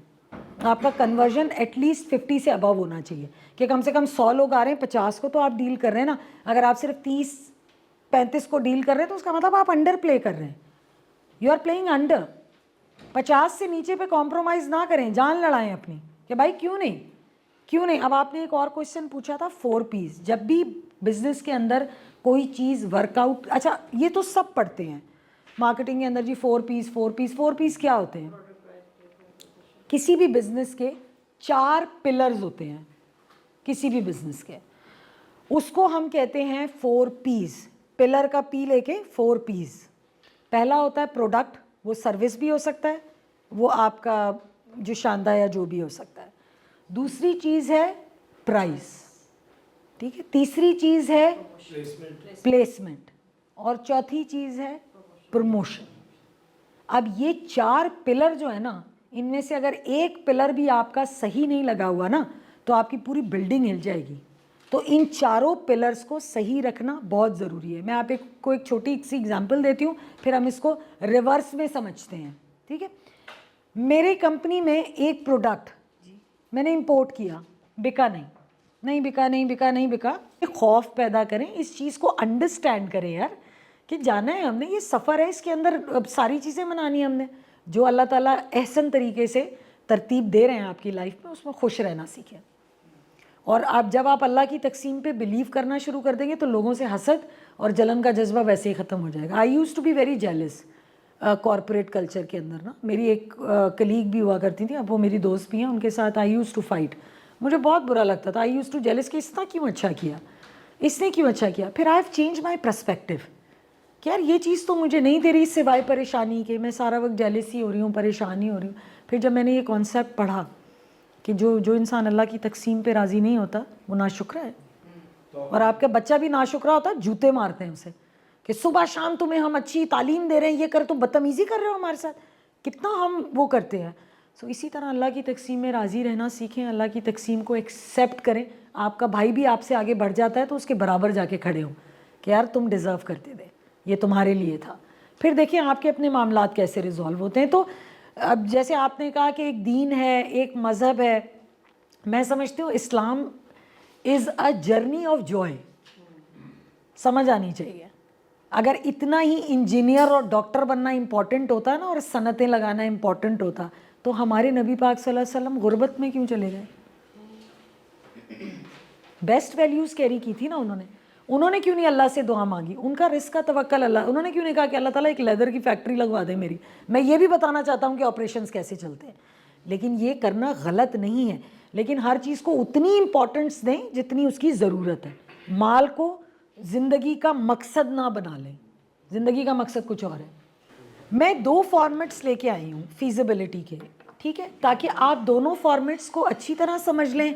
एक फॉर्मेट के अंदर हमने मेजर चीज़ें डाली हैं और एक फॉर्मेट के अंदर हमने डिटेल में चीज़ें डाली हैं। मैंने दोनों फॉर्मेट्स निकलवाए और मैं आप लोगों के लिए लेके आई ताकि आपको समझ आ जाए कि जब फीजिबिलिटी पहली दफ़ा आप बनाते हैं तो वो फीजिबिलिटी होती है, बिज़नेस के बनने के बाद वही आपका प्रॉफिट एंड लॉस स्टेटमेंट बन जाता है। कैसे बनता है मैं आपको बताती हूँ। अच्छा देखें, ये आपको एक टेबल नज़र आ रहा है, ठीक है। फीजिबिलिटी थ्योरेटिकल नहीं बनती। अगर आप लिखना शुरू कर देना कि मेरा ये होगा, मेरा ये होगा, मेरा ये होगा, मेरा ये होगा, क्योंकि हमने कल बात की थी कि planning is a success machine, मतलब planning success is a planned machine. तो प्लान्ड के लिए कैलकुलेशंस ज़रूरी हैं, ज़बानी कलामी कुछ नहीं है। सिर्फ मैथ्स एक ऐसा सब्जेक्ट है जिसमें 100 मार्क्स आते हैं। क्यों? क्योंकि वो कैलकुलेशन पे बेस करता है, तो उसके अंदर गलती की गुंजाइश नहीं होती। अगर फार्मूला पता तो ठक ठक ठक ठक आप रिजल्ट निकाल लेते हैं ना। इसी तरह फिजिबिलिटी थ्योरेटिकल नहीं हो सकती, हमेशा न्यूमेरिकल होगी, ठीक है। इस चीज़ को जब हम पहली दफ़ा किसी बिजनेस के लिए बनाएंगे तो वो प्लान कहलाएगी, फिजिबिलिटी कहलाएगी। लेकिन अगर हम 1 साल के बाद बनाएंगे और उसको रिव्यू करेंगे तो वही प्लानिंग आपकी प्रॉफिट एंड लॉस स्टेटमेंट बन जाएगी, ठीक है। अब जी हाँ जी, मैं आपको बताती हूँ कि क्या क्या है। अब फिजिबिलिटी के अंदर इम्पॉर्टेंट पार्ट्स क्या क्या होते हैं, ये आपको, ये शम्स आपको ग्रुप में डाल देगा, आप लोग देखिए। इसके अंदर फेक नंबर्स हैं, ठीक है। मैंने रैंडम ही डाल दिया, मेरे पास टाइम नहीं था तो I just put random numbers, ताकि अब आपको नज़र आ रहा है कि 2024 से लेके 2030 तक कितने साल बनते हैं? 6 या 7 ईयर्स। सो दिस फीजिबिलिटी और this plan has been made for 7 years, ठीक है। अब इसके अंदर सबसे पहले प्लानिंग करते हुए मैंने लिखा है कि 2024 के अंदर मैं 246 मिलियन की सेल करूंगी। अब मैं तो नया बिजनेस शुरू कर रही हूँ, मेरे पास ये नंबर कहाँ से आया,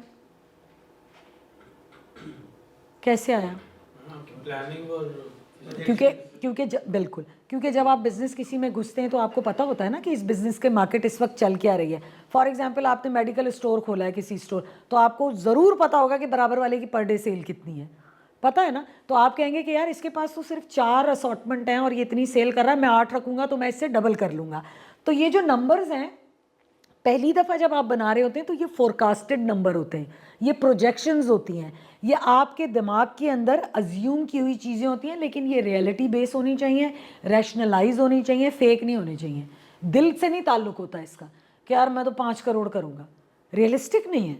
आपने देखना है कि मार्केट में और ब्रांड्स कितना मार्केट शेयर ले रहे हैं। जैसे फॉर एग्जांपल अब कोई फोम की फैक्ट्री आके लगा दे, वो एकदम थोड़ी मास्टर को कॉम्पीट कर सकता है।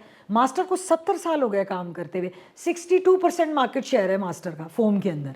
तो आप सोचें कि कोई आके एकदम तो नहीं ले सकता ना। तो प्रोजेक्शंस होती हैं on the basis of, forecast होती है on the basis of available data, ठीक है। तो हमने लेट्स अज्यूम कर लिया कि हम इतनी सेल करेंगे, ठीक है। फिर प्लानिंग करते हुए आपको दूसरे पार्ट पे ये देखना है कॉस्ट ऑफ सेल्स। जो भी खर्चा चीज को बेचने के अंदर आ रहा है वो कॉस्ट ऑफ गुड्स सोल्ड भी कहलाता है, कॉस्ट ऑफ सेल भी कहलाता है।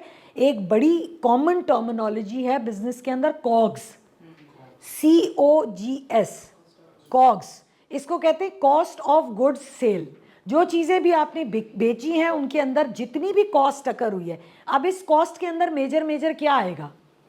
सबसे पहले तो जो चीज़ आपने ख़रीदी है उसकी कॉस्ट आएगी, उसको अगर आपने कस्टम से क्लियर करवाया, ड्यूटी पे की है, वो कॉस्ट आएगी, ठीक है। उसको आपने कंटेनर के थ्रू शिप किया है वेयर हाउस में, वो कॉस्ट आएगी, ठीक है। उसको अगर आप अगर इंपोर्ट नहीं कर रहे और आप मैन्युफैक्चर कर रहे हैं अपनी फैक्ट्री के अंदर, तो जितना बिल ऑफ मटीरियल उसके ऊपर लगा है वो उसकी कॉस्ट होगी। तो कॉग्स होती है कॉस्ट ऑफ गुड्स सोल्ड, वो आपको पता होनी चाहिए। फॉर एग्जाम्पल अगेन हम एग्जाम्पल लेते हैं कि हमने एक मेडिकल स्टोर खोला है और आपके पास दवाइयाँ जो हैं उसमें आपके पास मार्जिन कैसे कैलकुलेट करेंगे? आप कैसे कैलकुलेट करते हैं मार्जिन अपने अपने प्रोडक्ट्स का? आपको पता है प्राइसिंग एक इतनी ज़बरदस्त स्ट्रैटेजी है कि जिस बंदे ने इसको सही से समझ लिया और पढ़ लिया ना, मैंने कल आपको बताया था ना कि साइकोलॉजी से खेलना बहुत ज़रूरी है कस्टमर्स की, ठीक है। लीवाइस की 200 साल की हिस्ट्री है। जब मैं ट्रेनिंग पे गई थी तो हम कंबाइंड ट्रेनिंग कर रहे थे, तो मुझे बहुत अच्छी लगी। लीवाइस वाले ये कहते हैं कि sir don't buy, just try, don't buy, सिर्फ ट्राई कर लें। और एटलीस्ट उनको ये सिखाया जाता है कि 3 डेनिम्स ट्राई करा दें। उसकी वजह पता है क्या है कि इंसान की शख्सियत ऐसी होती है, मतलब हम, ये कॉमन फैक्टर है, हर अंग्रेज़ हो, हिंदू हो, यहूदी हो, कोई भी हो, मुसलमान हो, कोई भी हो, इंसान की ह्यूमन साइकी ऐसी होती है कि जब आप किसी चीज़ को पहन के शीशे में देखते हैं तो आप, अगर वो अच्छी लग रही है तो आपकी प्रोबेबिलिटी बन जाती है। तो लीवाइस ने बड़ी स्मार्ट स्ट्रैटेजी बनाई हुई थी अपने शोरूम्स के अंदर। हम स्टोनेज में कहते थे वी यूज़ टू कन्विंस कि सर आप ये ले लें, ये ले लें। लीवाइस के सेल एसोसिएट कहते थे कि sir don't buy, just try. तो 3 ट्राई जब आप करवा देते ना तो आप समझें कि 90% प्रोबेबिलिटी हो जाती है, ख़ासकर ख़वातीन में। आपने अगर कोई चीज़ पहन ली है और आपको अच्छी लग गई है, बस वो फंस गई है, फिर आप उतार के चैन से नहीं रह सकती, फिर आपको वही लेनी है, यार मैं उधर फंक्शन में ये वो। तो इसका मतलब प्रोबेबिलिटी जो है वो बढ़ जाती है। तो कॉग्स समझ आई आपको कि कॉस्ट ऑफ गुड्स सोल्ड क्या होते हैं। तो प्राइसिंग पे मैंने ये बात की थी कि प्राइसिंग स्मार्ट होना चाहिए, प्राइसिंग साइकोलॉजिकल होनी चाहिए। अगर आपको ये समझ आती है तो you can lead the market. Pricing पे पूरे सब्जेक्ट्स पढ़ाए जाते हैं कि प्राइसिंग कैसी होनी चाहिए, किस टाइम पे कैसी होनी चाहिए। अपॉर्चुनिटी कॉस्ट ना पड़े आपको, अपॉर्चुनिटी अवेल होनी चाहिए आपके लिए अगर कोई अनसर्टेनिटी आ रही है तो। अच्छा, जब आप कॉस्ट ऑफ, सबसे पहले तो आप अपना टोटल सेल में से जो खर्चा हुआ है ना आपके प्रोडक्ट के ऊपर, सिर्फ प्रोडक्ट के ऊपर, वो निकालते हैं ताकि आपकी नेट सेल्स सामने आ सके। ग्रॉस और नेट का तो पता है ना, ठीक। उसके बाद आपका ग्रॉस, आप देखें ग्रॉस प्रॉफिट आ गया आपका, जो आपने कॉग्स माइनस की तो आपके सामने ग्रॉस प्रॉफिट आ गया। हमने उसको परसेंटेज में भी शो कर दिया ताकि पढ़ने वाले के लिए कन्वीनियंस हो कि यार वैल्यू में इतना, परसेंटेज में इतना। अदर इनकम का खाली छोड़ा है मैंने। अगर कंपनी के अंदर कोई अदर इनकम है, मैं फिर छोटी मिसालें आप लोगों को इसलिए दे रही हूँ, मैं देने को तो टेस्ला की एग्जांपल भी दे दूँ, समझ ही ना आए तो फ़ायदा क्या। छोटी एग्जांपल्स देती हूँ आपको। फॉर एग्जांपल आपकी कंपनी के अंदर जो मटेरियल आता है, जिस पैकिंग में वो रैप होके आता है, जिस लकड़ी के अंदर, उस लकड़ी को आप हर महीने बेच देते हैं। वेंडर रखा हुआ है आपने, वो 1-2 लाख रुपए की बिक जाती है, तो वो आपकी क्या हो गई? अदर इनकम, अदर इनकम हो गई। उसको आप यहाँ पे मेंशन करेंगे अगर है तो। अच्छा, इसके अलावा अदर इनकम क्या हो सकती है? जब आप किसी से फ्रेंचाइज लेते हैं या फ्रेंचाइज देते हैं तो कोई ना कोई रॉयल्टी तो पे करते हैं ना, या तो आपको मिल रही होती है या आप किसी को पे करते हैं, ठीक है। अगर इस तरह की कोई चीज़ है वो भी अदर इनकम में आएगी। अगर आप पे कर रहे हैं तो वो रॉयल्टी एक्सपेंस में आएगी। जी बैड डेट्स रिकवर होते हैं, क्या होते हैं? बैड डेट्स रिकवर जब करते हैं। हाँ वो चले हम इसको भी डिस्कस करते हैं। अगर आप रॉयल्टी दे रहे हैं तो आपका खर्चा है, तो वो किस में आएगा? एक्सपेंस में, वो अदर इनकम में नहीं आएगा। और अगर आप रॉयल्टी ले रहे हैं अदर इनकम तो वो अदर इनकम में आ जाएगा। तो अगर आपके ब्रांड में कोई अदर इनकम है तो वो, अच्छा एक और भी चीज़ मैं आपको एक और एग्जांपल देके समझा देती हूँ कि आपके पास रिटेल शोरूम है, आप फर्नीचर बेच रहे हैं, सोफ़ा कुर्सी टेबल ये वो लटरम पटरम सब, लेकिन साथ साथ आप लोगों के घरों में इंटीरियर की सर्विसेज भी दे रहे हैं, तो ये आपका प्राइम बिजनेस नहीं है, दिस इज़ अनदर इनकम। लेकिन अब तो खैर उसको लोग कॉर्पोरेट करके जोड़ देते हैं, लेकिन वैसे अगर देखा जाए तो this is an additional thing, क्योंकि शोरूम के एक्सपेंसेस तो शोरूम की सेल से निकल जाएंगे, जो कॉर्पोरेट से सेल आ रही है वो आपकी अदर इनकम ही हो गई, एडिशनल इनकम हो गई, तो वो भी यहाँ पे आ सकती है। फिर इंटरेस्ट इनकम, अगर कोई इंटरेस्ट आप दे रहे हैं ले रहे हैं तो ये वो सारी चीज़ है। अच्छा फिर ये मैं अभी आपको वो फीजिबिलिटी बता रही हूँ जो एक्सपर्ट्स के लिए होगी, जो ऑलरेडी बिजनेस में बहुत टू मच है, बिकॉज ये सिर्फ हेड्स दिए हुए हैं, मैं आपको इसको खोल के भी बताऊंगी कि इनमें क्या क्या चीज़ें आती हैं। अच्छा ये आपका पहला पार्ट जो होता है वो कंप्राइजेज होता है आपकी ग्रॉस सेल्स के ऊपर, आपकी कॉग्स के ऊपर और अदर इनकम के ऊपर। उसके बाद आपके एक्सपेंडिचर्स आ जाते हैं, ठीक है।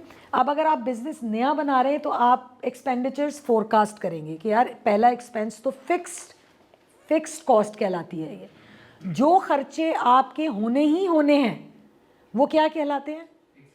फिक्स कॉस्ट कहलाते हैं। और जो खर्चे कभी कभी होने हैं वो आपकी वेरिएबल कॉस्ट कहलाती है, कभी कभी, लेकिन जो हो रहे हैं हर महीने वो आपकी फिक्स कॉस्ट है। सैलरीज तो हर महीने जानी है, पर बोनस कभी कभी आना है, तो बोनस आपका वेरिएबल कॉस्ट है और सैलरीज आपकी फिक्स कॉस्ट है। अब आप नए बिजनेस में, एग्जिस्टिंग में तो हमें पता होता है, मतलब मैं अगर अपने किसी शोरूम की अब फीजिबिलिटी बनाऊं, लेट्स सपोज मुझे कहा जाए कि मैडम आप कराची में एक शोरूम खोलें और उसकी फीजिबिलिटी सबमिट कराएं, मेरे लिए बहुत आसान है। मुझे पता है कि लाहौर के इतने रेडियस में मैं कितनी सेल कर रही हूँ, मैं पर किलोमीटर सेल निकालूंगी, उसको मल्टीप्लाई करूँगी कराची के रेडियस से और प्रोजेक्टेड सेल रख दूँगी। ऑफ कोर्स मैं उसमें और चीज़ें भी देखूँगी डिटेल में, लेकिन मुझे पता होगा कि अगर मेरा 20,000 स्क्वायर फीट का शोरूम बन रहा है तो मुझे 100 स्क्वायर फीट पे एक बंदा चाहिए, तो वो निकल के आ जाएगा कि मुझे कितने बंदे चाहिए। तो जो लोग एक्सपर्ट होते हैं वो फीजिबिलिटी बहुत आराम से बना लेते हैं, वही उनका पीएनएल बन जाता है, प्रॉफिट एंड लॉस उनको पता चल जाता है। लेकिन जो नया काम कर रहे हैं वो प्रोजेक्टेड करते हैं कि जैसे अबू बकर ने अपना बिजनेस, अब इसने सोचा कि यार अब मैं अपना बिजनेस बना लूँगा, तो ये फिर खुद देखेगा कि यार मैं कितने लोग रख सकता हूँ, 2, तो एक बंदा अगर मैं 25 पे रखूँगा तो 2 बंदे 50 पे होंगे। तो ये तो चूँकि साल के हिसाब से बनी हुई है ना, हमने मंथ्स के हिसाब से भी बना सकते हैं आप, माइलस्टोन आपके अपने ऊपर हैं। आप ये जो मैंने लिखा हुआ ना जनवरी 2004, आप इसको जनवरी, फरवरी, मार्च, अप्रैल इस तरह भी बना सकते हैं, मतलब अपनी आसानी के लिए जिस तरह आपको सूट करता है आप प्लान उस तरह से बनाएं, पेपर काले करें बैठ के। 50,000 अबू बकर को पता चल गया कि जी 50,000 जो है ना वो मेरी फिक्स्ड कॉस्ट है, सैलरीज की मद में वो तो आएगी ही आएगी। तो अगर आप साल की बना रहे हैं तो आप मल्टीप्लाई कर लें कि साल में कितनी कॉस्ट आएगी आपकी, 6 लाख रुपए। तो this is how you will plan the salaries. Journal overheads, अभी आप इसको ऐसे ही समझ लें, मैं जब खोल के बताऊंगी तो आपको पता चल जाएंगे। बहुत सारे जर्नल ओवरहेड्स होते हैं जिनमें यूनिफॉर्म होता है, पोस्टेज होती है, कैरियर होता है। मैंने आपको बताया कि बिजनेस के अंदर हर चीज़ की कॉस्ट है, आप ये मत सोचें जी। जो साल बाद जो आप परचेज कर रही हैं या कुछ करेंसी डेप्रिसिएशन है या वो सब कुछ है, मतलब अगर आज if I am buying something on 250 rupees और वो साल तक शायद 350 और हर मंथ चेंज हो रहा है, वो वाली कॉस्ट भी आप ऐड करें। देखिए वो आपका प्रॉफिट मार्जिन बढ़ा देगा।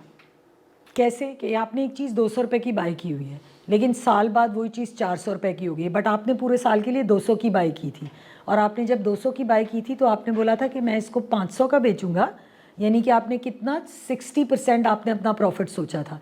लेकिन जब मार्केट में उसकी बाइंग महंगी हो गई और आप उसकी प्राइजेस तो बढ़ाएंगे ही ना, मतलब फॉर एग्जांपल कंपटीशन बढ़ा रहा है तो आप भी बढ़ा रहे हैं, तो आपका क्या इंक्रीज हो रहा है, मार्जिन।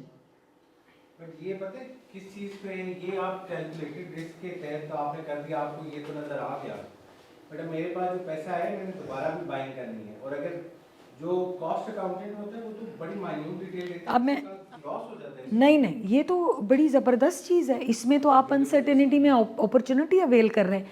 देखिए आपने 250 रुपये की एक चीज़ ली है और आपने 360 ले ली, 365 ले ली कि हर रोज़ एक बेचूंगा, ठीक है। इसको जब आपने 500 का बेचा तो कितने % मार्जिन पे बेचा? 50%। ये तो कॉस्ट चली गई ना आपकी, कॉस्ट ऑफ गुड्स सोल्ड, ठीक है। अच्छा, अब फॉर एग्जांपल ये कॉस्ट प्राइस के अंदर हो सकता है 50 रुपये और ऐड हो जाएंगे आपके, जर्नल ओवरहेड, सैलरियाँ, ये वो लटरम पटरम सब, और आपने बेची 500 की है, तो कितने % प्रॉफिट है आपके पास? 40%, ठीक है। समझें पहले, 1 साल गुजर गया आपके पास, 6 महीने गुजर गए, लेट्स सपोज साल की तो आपने बाइंग की हुई थी ना, 6 महीने गुजर गए आपके, 6 महीने में आपने देखा डॉलर का रेट ऊपर चला गया, डॉलर का रेट ऊपर चला गया, तो ये कॉस्ट जो है वो अब 350 हो गई है। तो जो लोग इंपोर्ट कर रहे हैं उन्होंने प्राइजेस को 500 से बढ़ा के कितने पे कर दिया है? 650 पे लेट्स सपोज कर दिया है। तो आपकी बाइंग बेशक 250 पे है, लेकिन इस वाली अपॉर्चुनिटी को आप अवेल करेंगे या नहीं करेंगे? आप बोलेंगे किसका इतना जिगरा है पाकिस्तान में जो बोलेगा यार भले सब बढ़ा दे मैं नहीं बढ़ाऊंगा, मैं उतने पे ही बेचूंगा जितना। हमने खुद किया है यार, ये 2 नंबरी होती है, लेकिन अब किए हमने, क्या करें। इवन फ्यूल प्राइसेस जब बढ़ती हैं तो एक आधा फ्यूल देखिए अभी हम सिर्फ बात कर रहे हैं जो चीज़ें आपने जितने में बनवाई। अब मैंने बाय की हुई थी जब दिरहम्स का रेट जो था वो लेट्स सपोज 35 था, ठीक है। अब जैसे ही डॉलर रेट पाकिस्तान में बढ़ा तो लोगों ने प्राइजेस बढ़ाना शुरू कर दी। मेरे बॉस ने भी मुझे बोला रेहाना प्राइजेस बढ़ाओ, मैंने कहा सर मैं तो नहीं बढ़ाऊंगी क्योंकि हमें तो कोई नुकसान नहीं है ना, हमारी कॉस्ट में हमारा मार्जिन तो सिक्योर है। बट उन्होंने मेरी नहीं सुनी, उन्होंने कहा जी बढ़ाओ नहीं तो जाओ। तो हमने कहा सर फिर बढ़ा लेते हैं, कोई बात नहीं। तो फिर मैंने बढ़ाई प्राइजेस, लेकिन मैंने ये ज़रूर किया कि मैंने सिर्फ 11% का हिट लिया, जबकि मार्केट में 35% लोगों ने प्राइजेस बढ़ा दी, इतनी बढ़ा दी, चार्जर लिया था, दूसरा दिन जाके दोबारा लेने के लिए गया तो बढ़ा दी। हाँ तो हाँ, अब अगर आप बहुत अच्छे और ईमानदार वो हैं तो आप देखें कि आपकी ऑटोमेटिकली अगर आप प्राइस बढ़ाएंगे तो मार्जिन बढ़ गया मार्जिन, क्योंकि आपकी कॉस्ट तो उतनी है।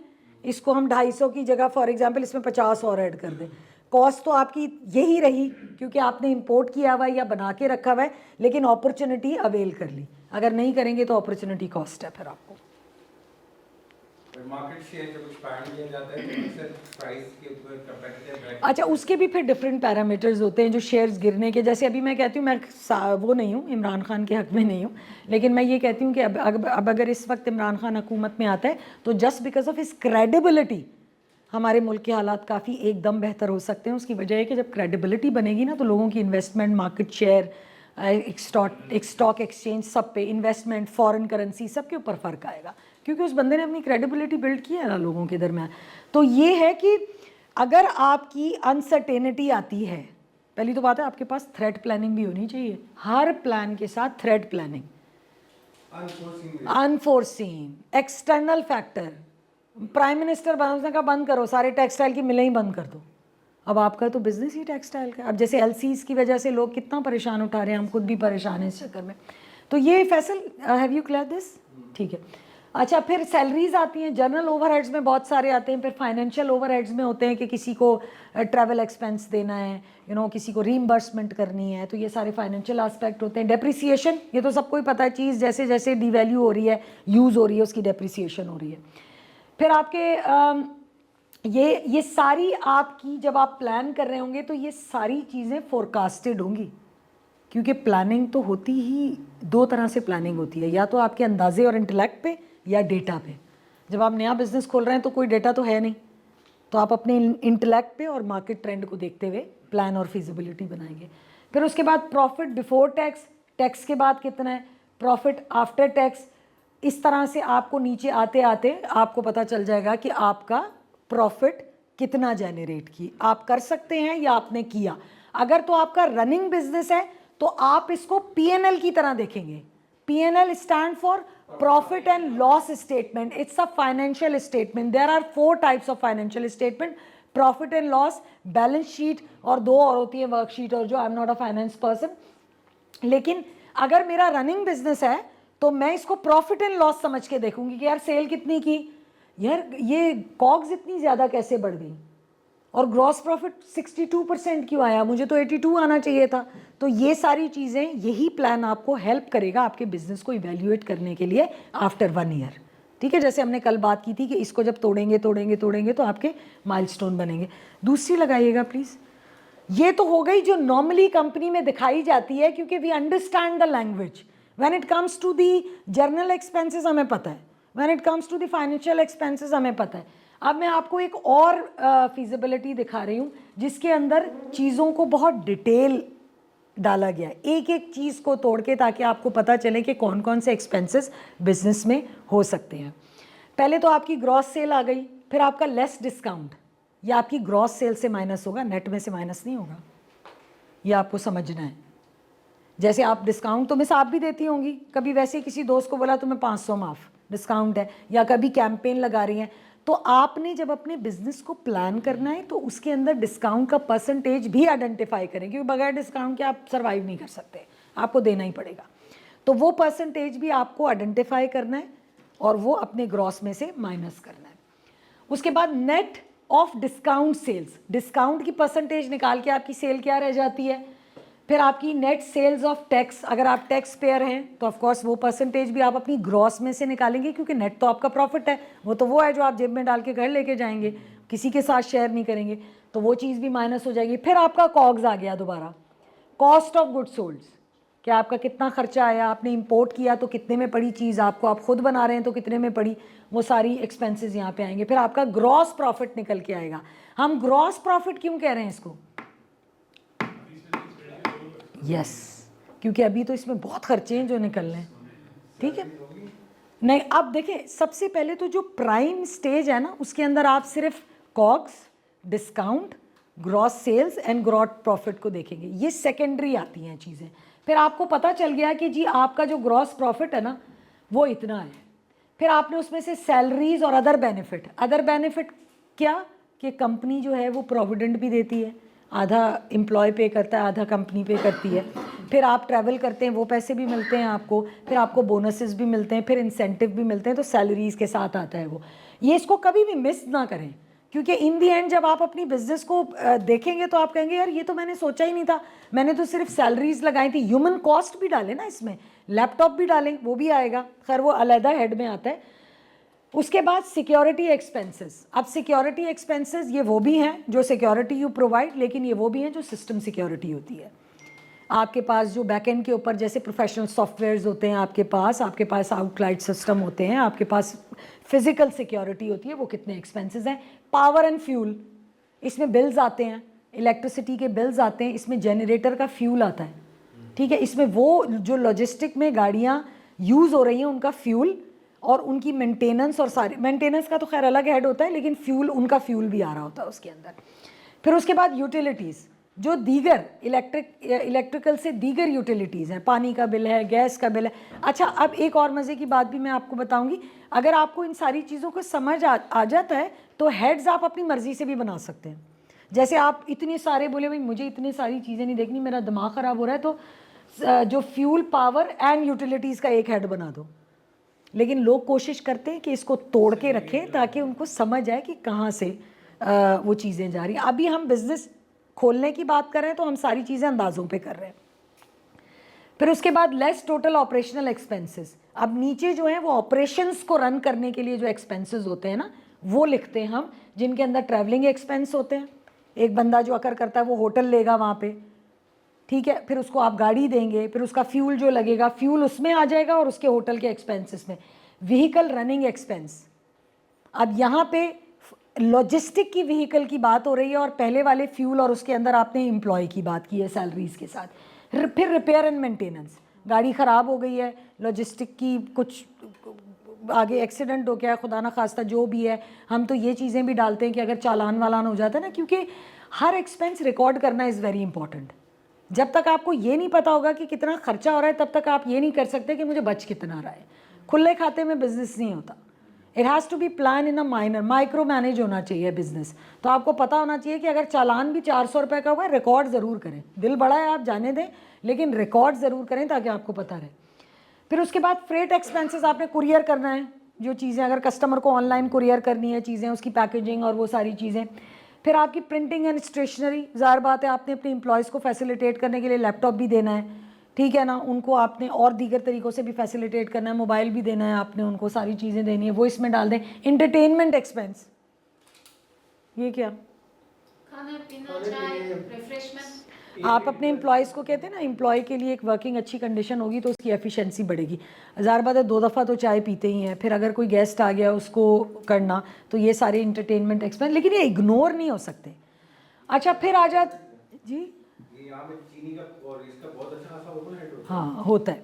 और मतलब इट्स फ़नी, लेकिन एक दफ़ा हमने कॉस्ट कटिंग में ना, हम हंस भी रहे थे बहुत, लेकिन कॉस्ट कटिंग में हमने एम्प्लॉयज़ को मेमो भेजा था कि 2 से ज़्यादा कोई चाय ना पिए। तो मैंने कहा सर ये दिस इज़ फ़नी, लेकिन हमें करना पड़ा क्योंकि हमें कॉस्ट कंट्रोल करनी थी। कैसे होता है वो भी मैं आपको बताती हूँ। फिर आ गया मिसलेनियस एक्सपेंस। अब ये क्वेश्चन होना चाहिए कि सारे एक्सपेंस तो रिकॉर्ड हो रहे, तो मिसलेनियस में क्या आ गया? Petty cash. No, petty cash is your float. Petty cash एक अमाउंट है जो कि कभी खर्च नहीं होता, वो रीइंबर्स होता रहता है। मिसलेनियस में जैसे फॉर एग्जांपल आपके पास आ गया है जी LDA का बंदा, हाँ वो कह रहा है येलो शर्ट क्यों पहनी हुई है, मैं तो अब नहीं, मुझे तो बस ये वो, तो आपने स्पीड मनी उसको देनी है, उसको कहाँ रिकॉर्ड करेंगे, और देनी पड़ती है। तो वो इस तरह की जो एक्सपेंसेस होते हैं, या फॉर एग्जांपल आपने कहा कि यार आपके एम्प्लॉय की शादी हो रही है, आप उस दिन बहुत खुश हैं, आपने बोला यार दे दो इसको 1.5 लाख वाला गद्दा दे दो, कोई बात नहीं, तो वो एक्सपेंस, क्योंकि बुक तो ज़ीरो पे होगा लेकिन कहीं ना कहीं तो जाएगा ना खर्चा। तो कुछ ऐसे एक्सपेंसेस होते हैं जिनके कोई हेड्स नहीं होते, वो अजीब होते हैं, मिसलेनियस होते हैं, वो हो जाते हैं, ठीक है ना, तो ये वहाँ पे आ जाते हैं। फिर डिलीवरी चार्ज जी,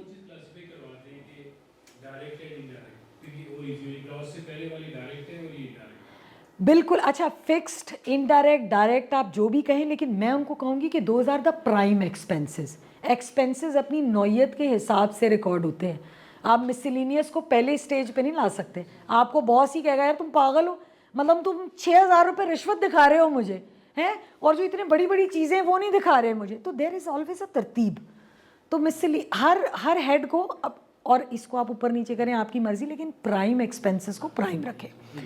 अच्छा उसके बाद आपके डिलीवरी चार्जेस हैं, ठीक है, फ्रेट अलग चीज़ होती है, डिलीवरी चार्जेस अलग होते हैं। अब कैसे अलग होते हैं, आप इनको एक हेड में भी लिख सकते हैं, अलग अलग भी लिख सकते हैं। डिलीवरी चार्जेस में हम समटाइम कुरियर कंपनीज़ को भी कमीशन पे कर रहे होते हैं, ठीक है। फ्रेट में आपकी अपनी गाड़ियाँ भी जा रही होती हैं। आप चाहें, मैंने हर चीज़ को लिख दिया ताकि आपके जहन में हर एक्सपेंस जाग जाए। आप अपनी मर्ज़ी से हेड्स को ऊपर नीचे कम ज़्यादा कर सकते हैं प्लानिंग करते हुए। आप बोले यार मैंने इतने हेड्स नहीं बनाने, मैं 4 हेड्स पे काम करूंगा, मैं उसी में खर्चे नोट करूंगा।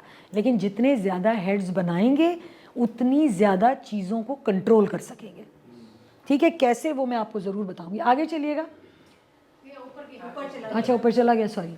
Uniform expense, of course employees को यूनिफॉर्म देने हैं। बैंक चार्जेस, बैंक आपसे चार्जेस लेता है, आप सबमिट करवाएं तब भी, आप उनकी क्रेडिट कार्ड मशीन सेटलमेंट के अगेंस्ट तब भी आपको 2%, 1% या 0.2 जो भी वो पड़ता है, वो भी आपके बिजनेस का वो तो है ना, आपकी बिजनेस का एक्सपेंस है, तो आपने वो रिकॉर्ड करना है।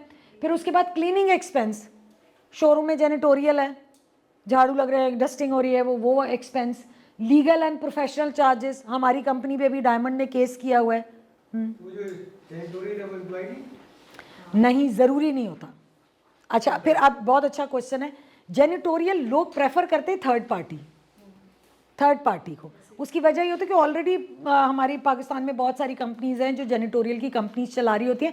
कंपनी कहती है यार अब मैं अपने एम्प्लॉयज़ रखूँ, फिर इनके लिए फ़िनाइल बाय करूँ, फिर झाड़ू बाय करूँ, फिर वाइपर बाय करूँ, पोचे बाय करूँ, मैंने नहीं करना है इस झंझट में, तो मैं थर्ड पार्टी पे जाऊँगा और मैं थर्ड पार्टी से कॉन्ट्रैक्ट करूँगा। लेकिन कुछ कंपनीज़ जेनिटोरियल स्टाफ को खुद हायर करती हैं और फिर वो उनको चीज़ें जो उनके हर मंथली बजट की होती हैं वो उसमें ऐड करती हैं। लेकिन अगर आपने खुद करना है तो कर लें। बेहतर ये है कि आप किसी और के साथ रिस्पॉन्सिबिलिटी शेयर कर लें, रादर देन कि आप एक अच्छे बिजनेस में होकर और पोचे शोचे खरीद रहे हैं, तो आप किसी और के सर पे डालें वो। अच्छा उसके बाद आपका है जी लीगल एंड प्रोफेशनल चार्जेस, ये भी बहुत इंपॉर्टेंट होते हैं। एक तो आपको टैक्स देना पड़ता है, अगर आपने साइनेज लगाया हुआ है, आपने अपनी दुकान के बाहर होर्डिंग लगाई हुई है, साइनेज लगाया हुआ है, कोई नियॉन साइन लगाया हुआ है, तो वो ऐसे तो नहीं होगा, वो आपको उसका टैक्स पे करना पड़ेगा। तो वो भी कहीं ना कहीं तो रिकॉर्ड करना ही है आपने कि यार वो कितना दिया हमने। फिर उसके बाद आप पे कोई भी केस कर देगा भाई उठ के अब पूरी दुनिया को पता है कि we are the original Marina franchise, उसके बावजूद डायमंड ने हमारे लोगों पे केस किया हुआ है और हम लड़ रहे हैं पिछले 4 साल से।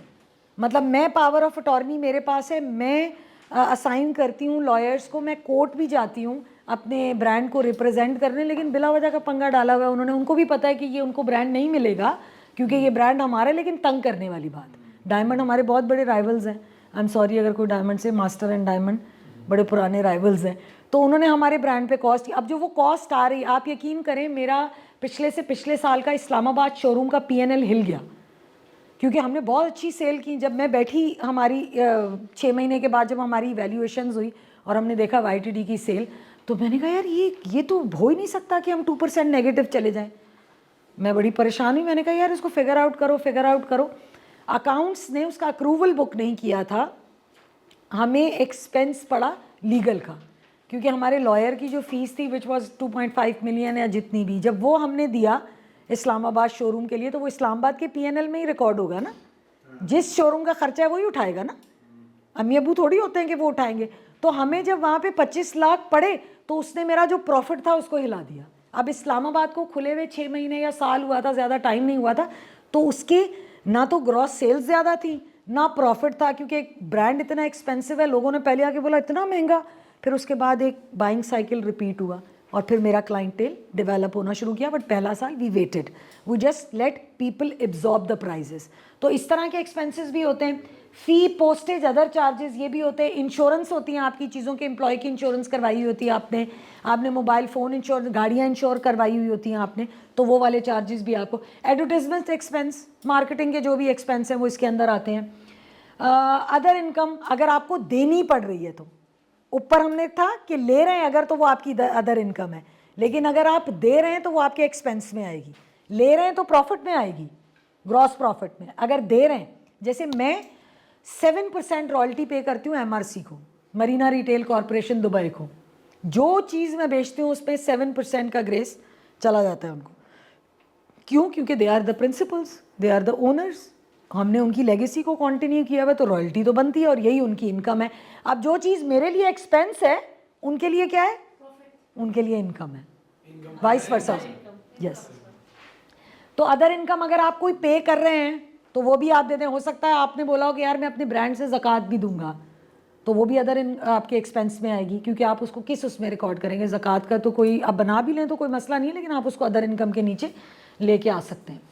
ऑडिटर्स, अच्छा ये छोड़ दें, इसकी कोई ज़रूरत नहीं है। आईटी के एक्सपेंस के अंदर आपके जो आईटी की आपने लाइसेंसेस बाई किए हुए होते हैं, सब्सक्रिप्शन बाई की हुई होती हैं, आपने म्यूज़िक की सब्सक्रिप्शन बाई की होती है, आपने सॉफ्टवेयर लिया होता है, जैसे सैप है, इस तरह कंडेला है, इस तरह रिटेल प्रो है, बहुत सारे फाइनेंशियल सॉफ्टवेयर हैं जिनको आप इंस्टॉल करते हैं। फाइनेंशियल सॉफ्टवेयर फ़ौरन करवा लें आप अपने बिजनेसेस में, because that can give you the ease, आपको ईज़ देगा ये कोई सा भी सॉफ्टवेयर। और ज़रूरी नहीं है बड़ी बड़ी कंपनीज से जाके लें, किसी भी फ्रीलांस वाले को उसको बोले यार मेरा सॉफ्टवेयर तो बना दे, मैंने ये चीज़ें देखनी है, मैं चाहता हूँ कि डे एंड के ऊपर मुझे ये पता चल जाए इन्वेंट्री कितनी पड़ी है, सेल कितनी हुई, माइनस करके ये डेली का मुझे चाहिए, वो आपको पिवटेबल बना के दे देगा।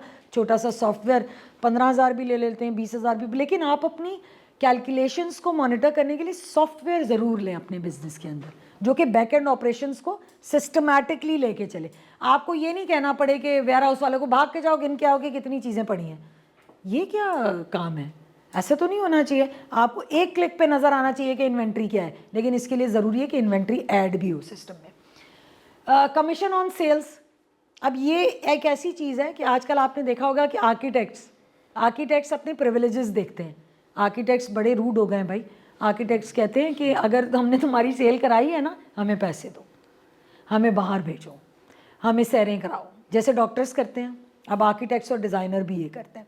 मैंने अपने ब्रांड के अंदर, मैं ज़्यादातर एग्जांपल्स अपने ब्रांड की इसलिए दे रही हूँ क्योंकि कोई nobody can claim me after and these are the authentic informations.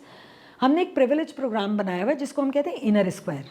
It's a circle of architects and designer. मैं जिस भी डिज़ाइनर से मिलती हूँ, जो मुझे लगता है कि मेरे लिए काम कर सकता है या जिसके through I can get a sale, we arrange the meeting, we give them a card, we register them, फिर उनका मंथली देखते हैं हम कि वो जितनी सेल करते हैं एक सर्टन परसेंटेज हम उनको इन फॉर्म ऑफ कैश देते हैं। अगर वो ये कहें जी हमें कैश नहीं चाहिए, we really want to utilize that in your store, we allow that also.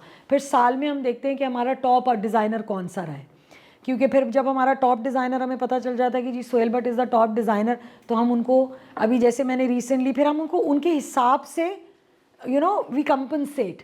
सो वो जो कॉस्ट है उसको भी तो कहीं रिकॉर्ड करेंगे ना, जेब से तो नहीं दे रहे ना आपने, तो बिज़नेस के खर्चे बिज़नेस से ही निकालने हैं।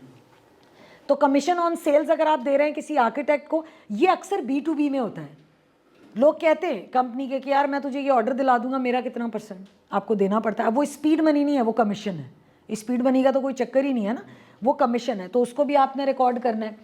फिर मिस्ट्री शॉपिंग, अगर आप अपनी बिजनेस की हेल्थ को हमेशा चेक करना चाहते हैं तो मिस्ट्री शॉपर रखते हैं आप, मतलब आप किसी थर्ड पार्टी से, लेकिन लोग नॉर्मली करते नहीं हैं ये। हाँ, बाहर की कंट्रीज़ में बहुत है, यूके में भी आई हैव एक्सपीरियंस। हमें तो चैंप लगता था KFC में, हम बड़ा डरा करते थे कि कोई मिस्ट्री शॉपर ना आ जाए ना, क्योंकि उस पर आपकी स्ट्रिक्ट इवैल्यूएशन होती है, आपके अप्रेजल्स होते हैं। हमारे यहाँ पे साल में अप्रेजल होता है। अब साल में ये अनजस्टिफाइड नहीं है, मतलब जिस दिन हो सकता है मैंने आपका अप्रेजल करना हो, उस दिन मैंने लड़ाई की हुई हो अपने घर में और मैं आके बोलूँ कि मिस जाएँ आप प्लीज़ चलें, ये ज़्यादती नहीं है आपके पास। अप्रेजल्स मंथली होने चाहिए, और फिर क्वार्टरली कर लें, लेकिन मंथली सबसे बेस्ट है। उसकी वजह ये है कि तो अप्रेजल्स जो है ना वो मंथली होने चाहिए, ताकि आप खुद भी सुकून में रहें और जिसका अप्रेजल आप कर रहे हैं उसके साथ भी जस्टिफाई रहे करें। आप साल में अप्रेजल नहीं होना चाहिए। अच्छा जी, उसके बाद कंज्यूमेबल आइटम्स, इसमें भी आप जो मतलब ये रिपीट हुआ है, लेकिन it has to be a separate. अगर मैं और डिटेल में पढ़ूंगी तो it will take long. Total operational expenses आपके ये हो गए, समझ आ रही है आपको, ये हो गए। फिर आपने क्या किया, profit for the preload form operations, non cash extra ordinary expenses, जैसे रॉयल्टी मैंने आपको बताया वो ऊपर भी हो सकता है, अलहदा भी, ट्रैवलिंग एक्सपेंस, डेप्रिसिएशन, ये सारी चीज़ें रिपीट हो रही हैं। फिर आपका आ जाएगा P&L आ जाएगा नीचे, क्योंकि आपका नेट प्रॉफिट, और अगर आप नेगेटिव में हैं तो भी पता चल जाएगा, आप प्लस में हैं तो भी पता चल जाएगा। अब बिज़नेस को शुरू करने से पहले जब आप इस तरह के प्लान को पेपर पे लिखना शुरू करेंगे ना, तो आपको पहले ही पता चल जाएगा कि यार ये तो मैंने बिज़नेस ही सही नहीं चुना, मैंने सही नहीं चुना। मैं शेखुपुरा में रह रहा हूँ और मैं डेनिम्स बेच रहा हूँ, या फॉर एग्जांपल इंटीरियर्स में हूँ, तो कितनी को ख़रीद लेगा कोई, कितने को लिबरल हो जाएंगे लोग वहाँ पे। तो फिर आपको यहाँ से अपनी प्लानिंग का अंदाज़ा होता है कि यार मैं कितना कमा सकता हूँ, ये सारे खर्चे निकाल के मेरे पास बचेगा क्या। ठीक है, ये तो हो जाएगी आपकी feasibility report. This is called a business plan before starting a setup. लेकिन जब आप इसको बना के इसके ऊपर चल चल के 1 साल बाद जब इसको रिव्यू करेंगे तो यही रिपोर्ट आपकी P&L कहलाएगी। ठीक है, अच्छा, अब इसके अंदर से ही आप माइलस्टोन बनाएंगे, क्योंकि साल का बनाएंगे तो फिर आप उसको मंथ पे तोड़ेंगे, है ना। अच्छा, यहीं से आपके बजट्स निकलेंगे। जैसे अगर आप ओनर हैं अपने बिजनेस की, जैसे फॉर एग्जांपल अगर हम एक बात लेते हैं कि यूनिफॉर्म एक्सपेंस कहाँ है, नीचे वाले, चलिए ट्रैवलिंग एक्सपेंस ले लेते हैं। आप यही चीज़ें जब आप फोरकास्ट करके अपने प्लान में डालेंगे, यही चीज़ें आपका बजट बनाती हैं।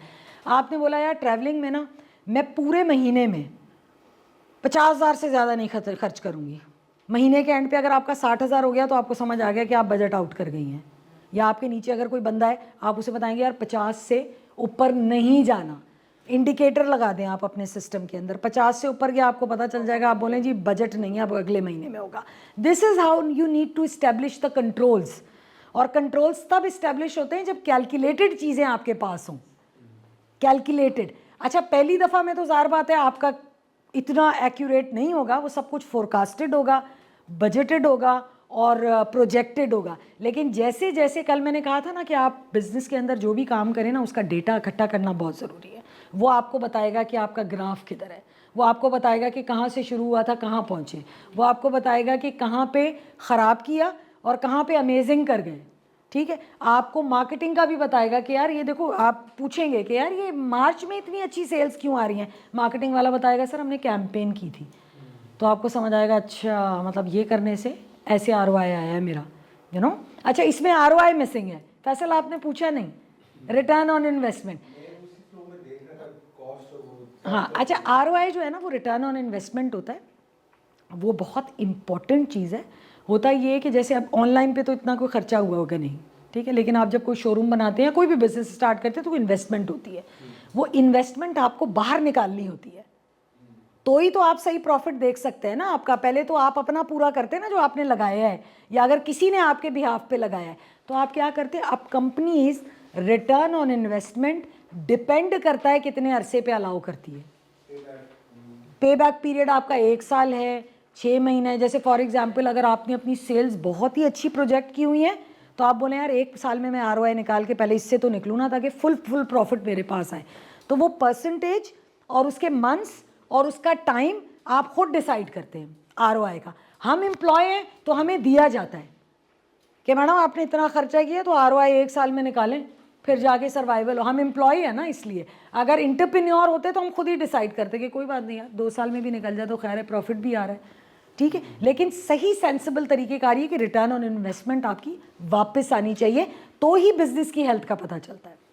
यार अब चीज़ें तो बहुत हैं हमारी, जिससे हमने 4 पीस भी करने थे। मैम इसमें मार्केटिंग का कैसे बजट आप कर सकते हैं? देखिए ना, मार्केटिंग का बजट आप ऐसे कर सकते हैं, मार्केटिंग का तो सबसे आसान हो जाता है बजट। क्या आपने बिलबोर्ड करना है तो आप एक अंदाज़ा रख लेते हैं कि 2 मिलियन मैंने बिलबोर्ड, अब उस पर कितने बिलबोर्ड आते हैं ये आपका नसीब है। आपने अदर पार्टीज़ पब्लिकेशन पे कितना खर्च करना है, आपने कोई गेस्ट बुलाना है, आपने बैनर्स लगवाने हैं, आपने गिव अवेज भेजने हैं, ये सारी चीज़ें आपको पता होती है मार्केटिंग डिपार्टमेंट। अच्छा, एक और मज़े की बात, चलती हुई कंपनीज़ के अंदर कंपनी बजट नहीं बनाती। जब हम, अब तो हमें तो 70 साल हो गए और मुझे भी ज्वाइन किए हुए 8-9 साल हो गए, मैं नहीं बनाती, मेरे डिपार्टमेंट्स मुझे भेजते हैं, फिर उसको हम कंपाइल करके देखते हैं। तो किसी ने अगर ज़्यादा बजट मांगा हम वापस भेजते हैं कि नहीं इसको इतने परसेंटेज नीचे लेके आओ क्योंकि हमारा प्रॉफिट नहीं बन रहा।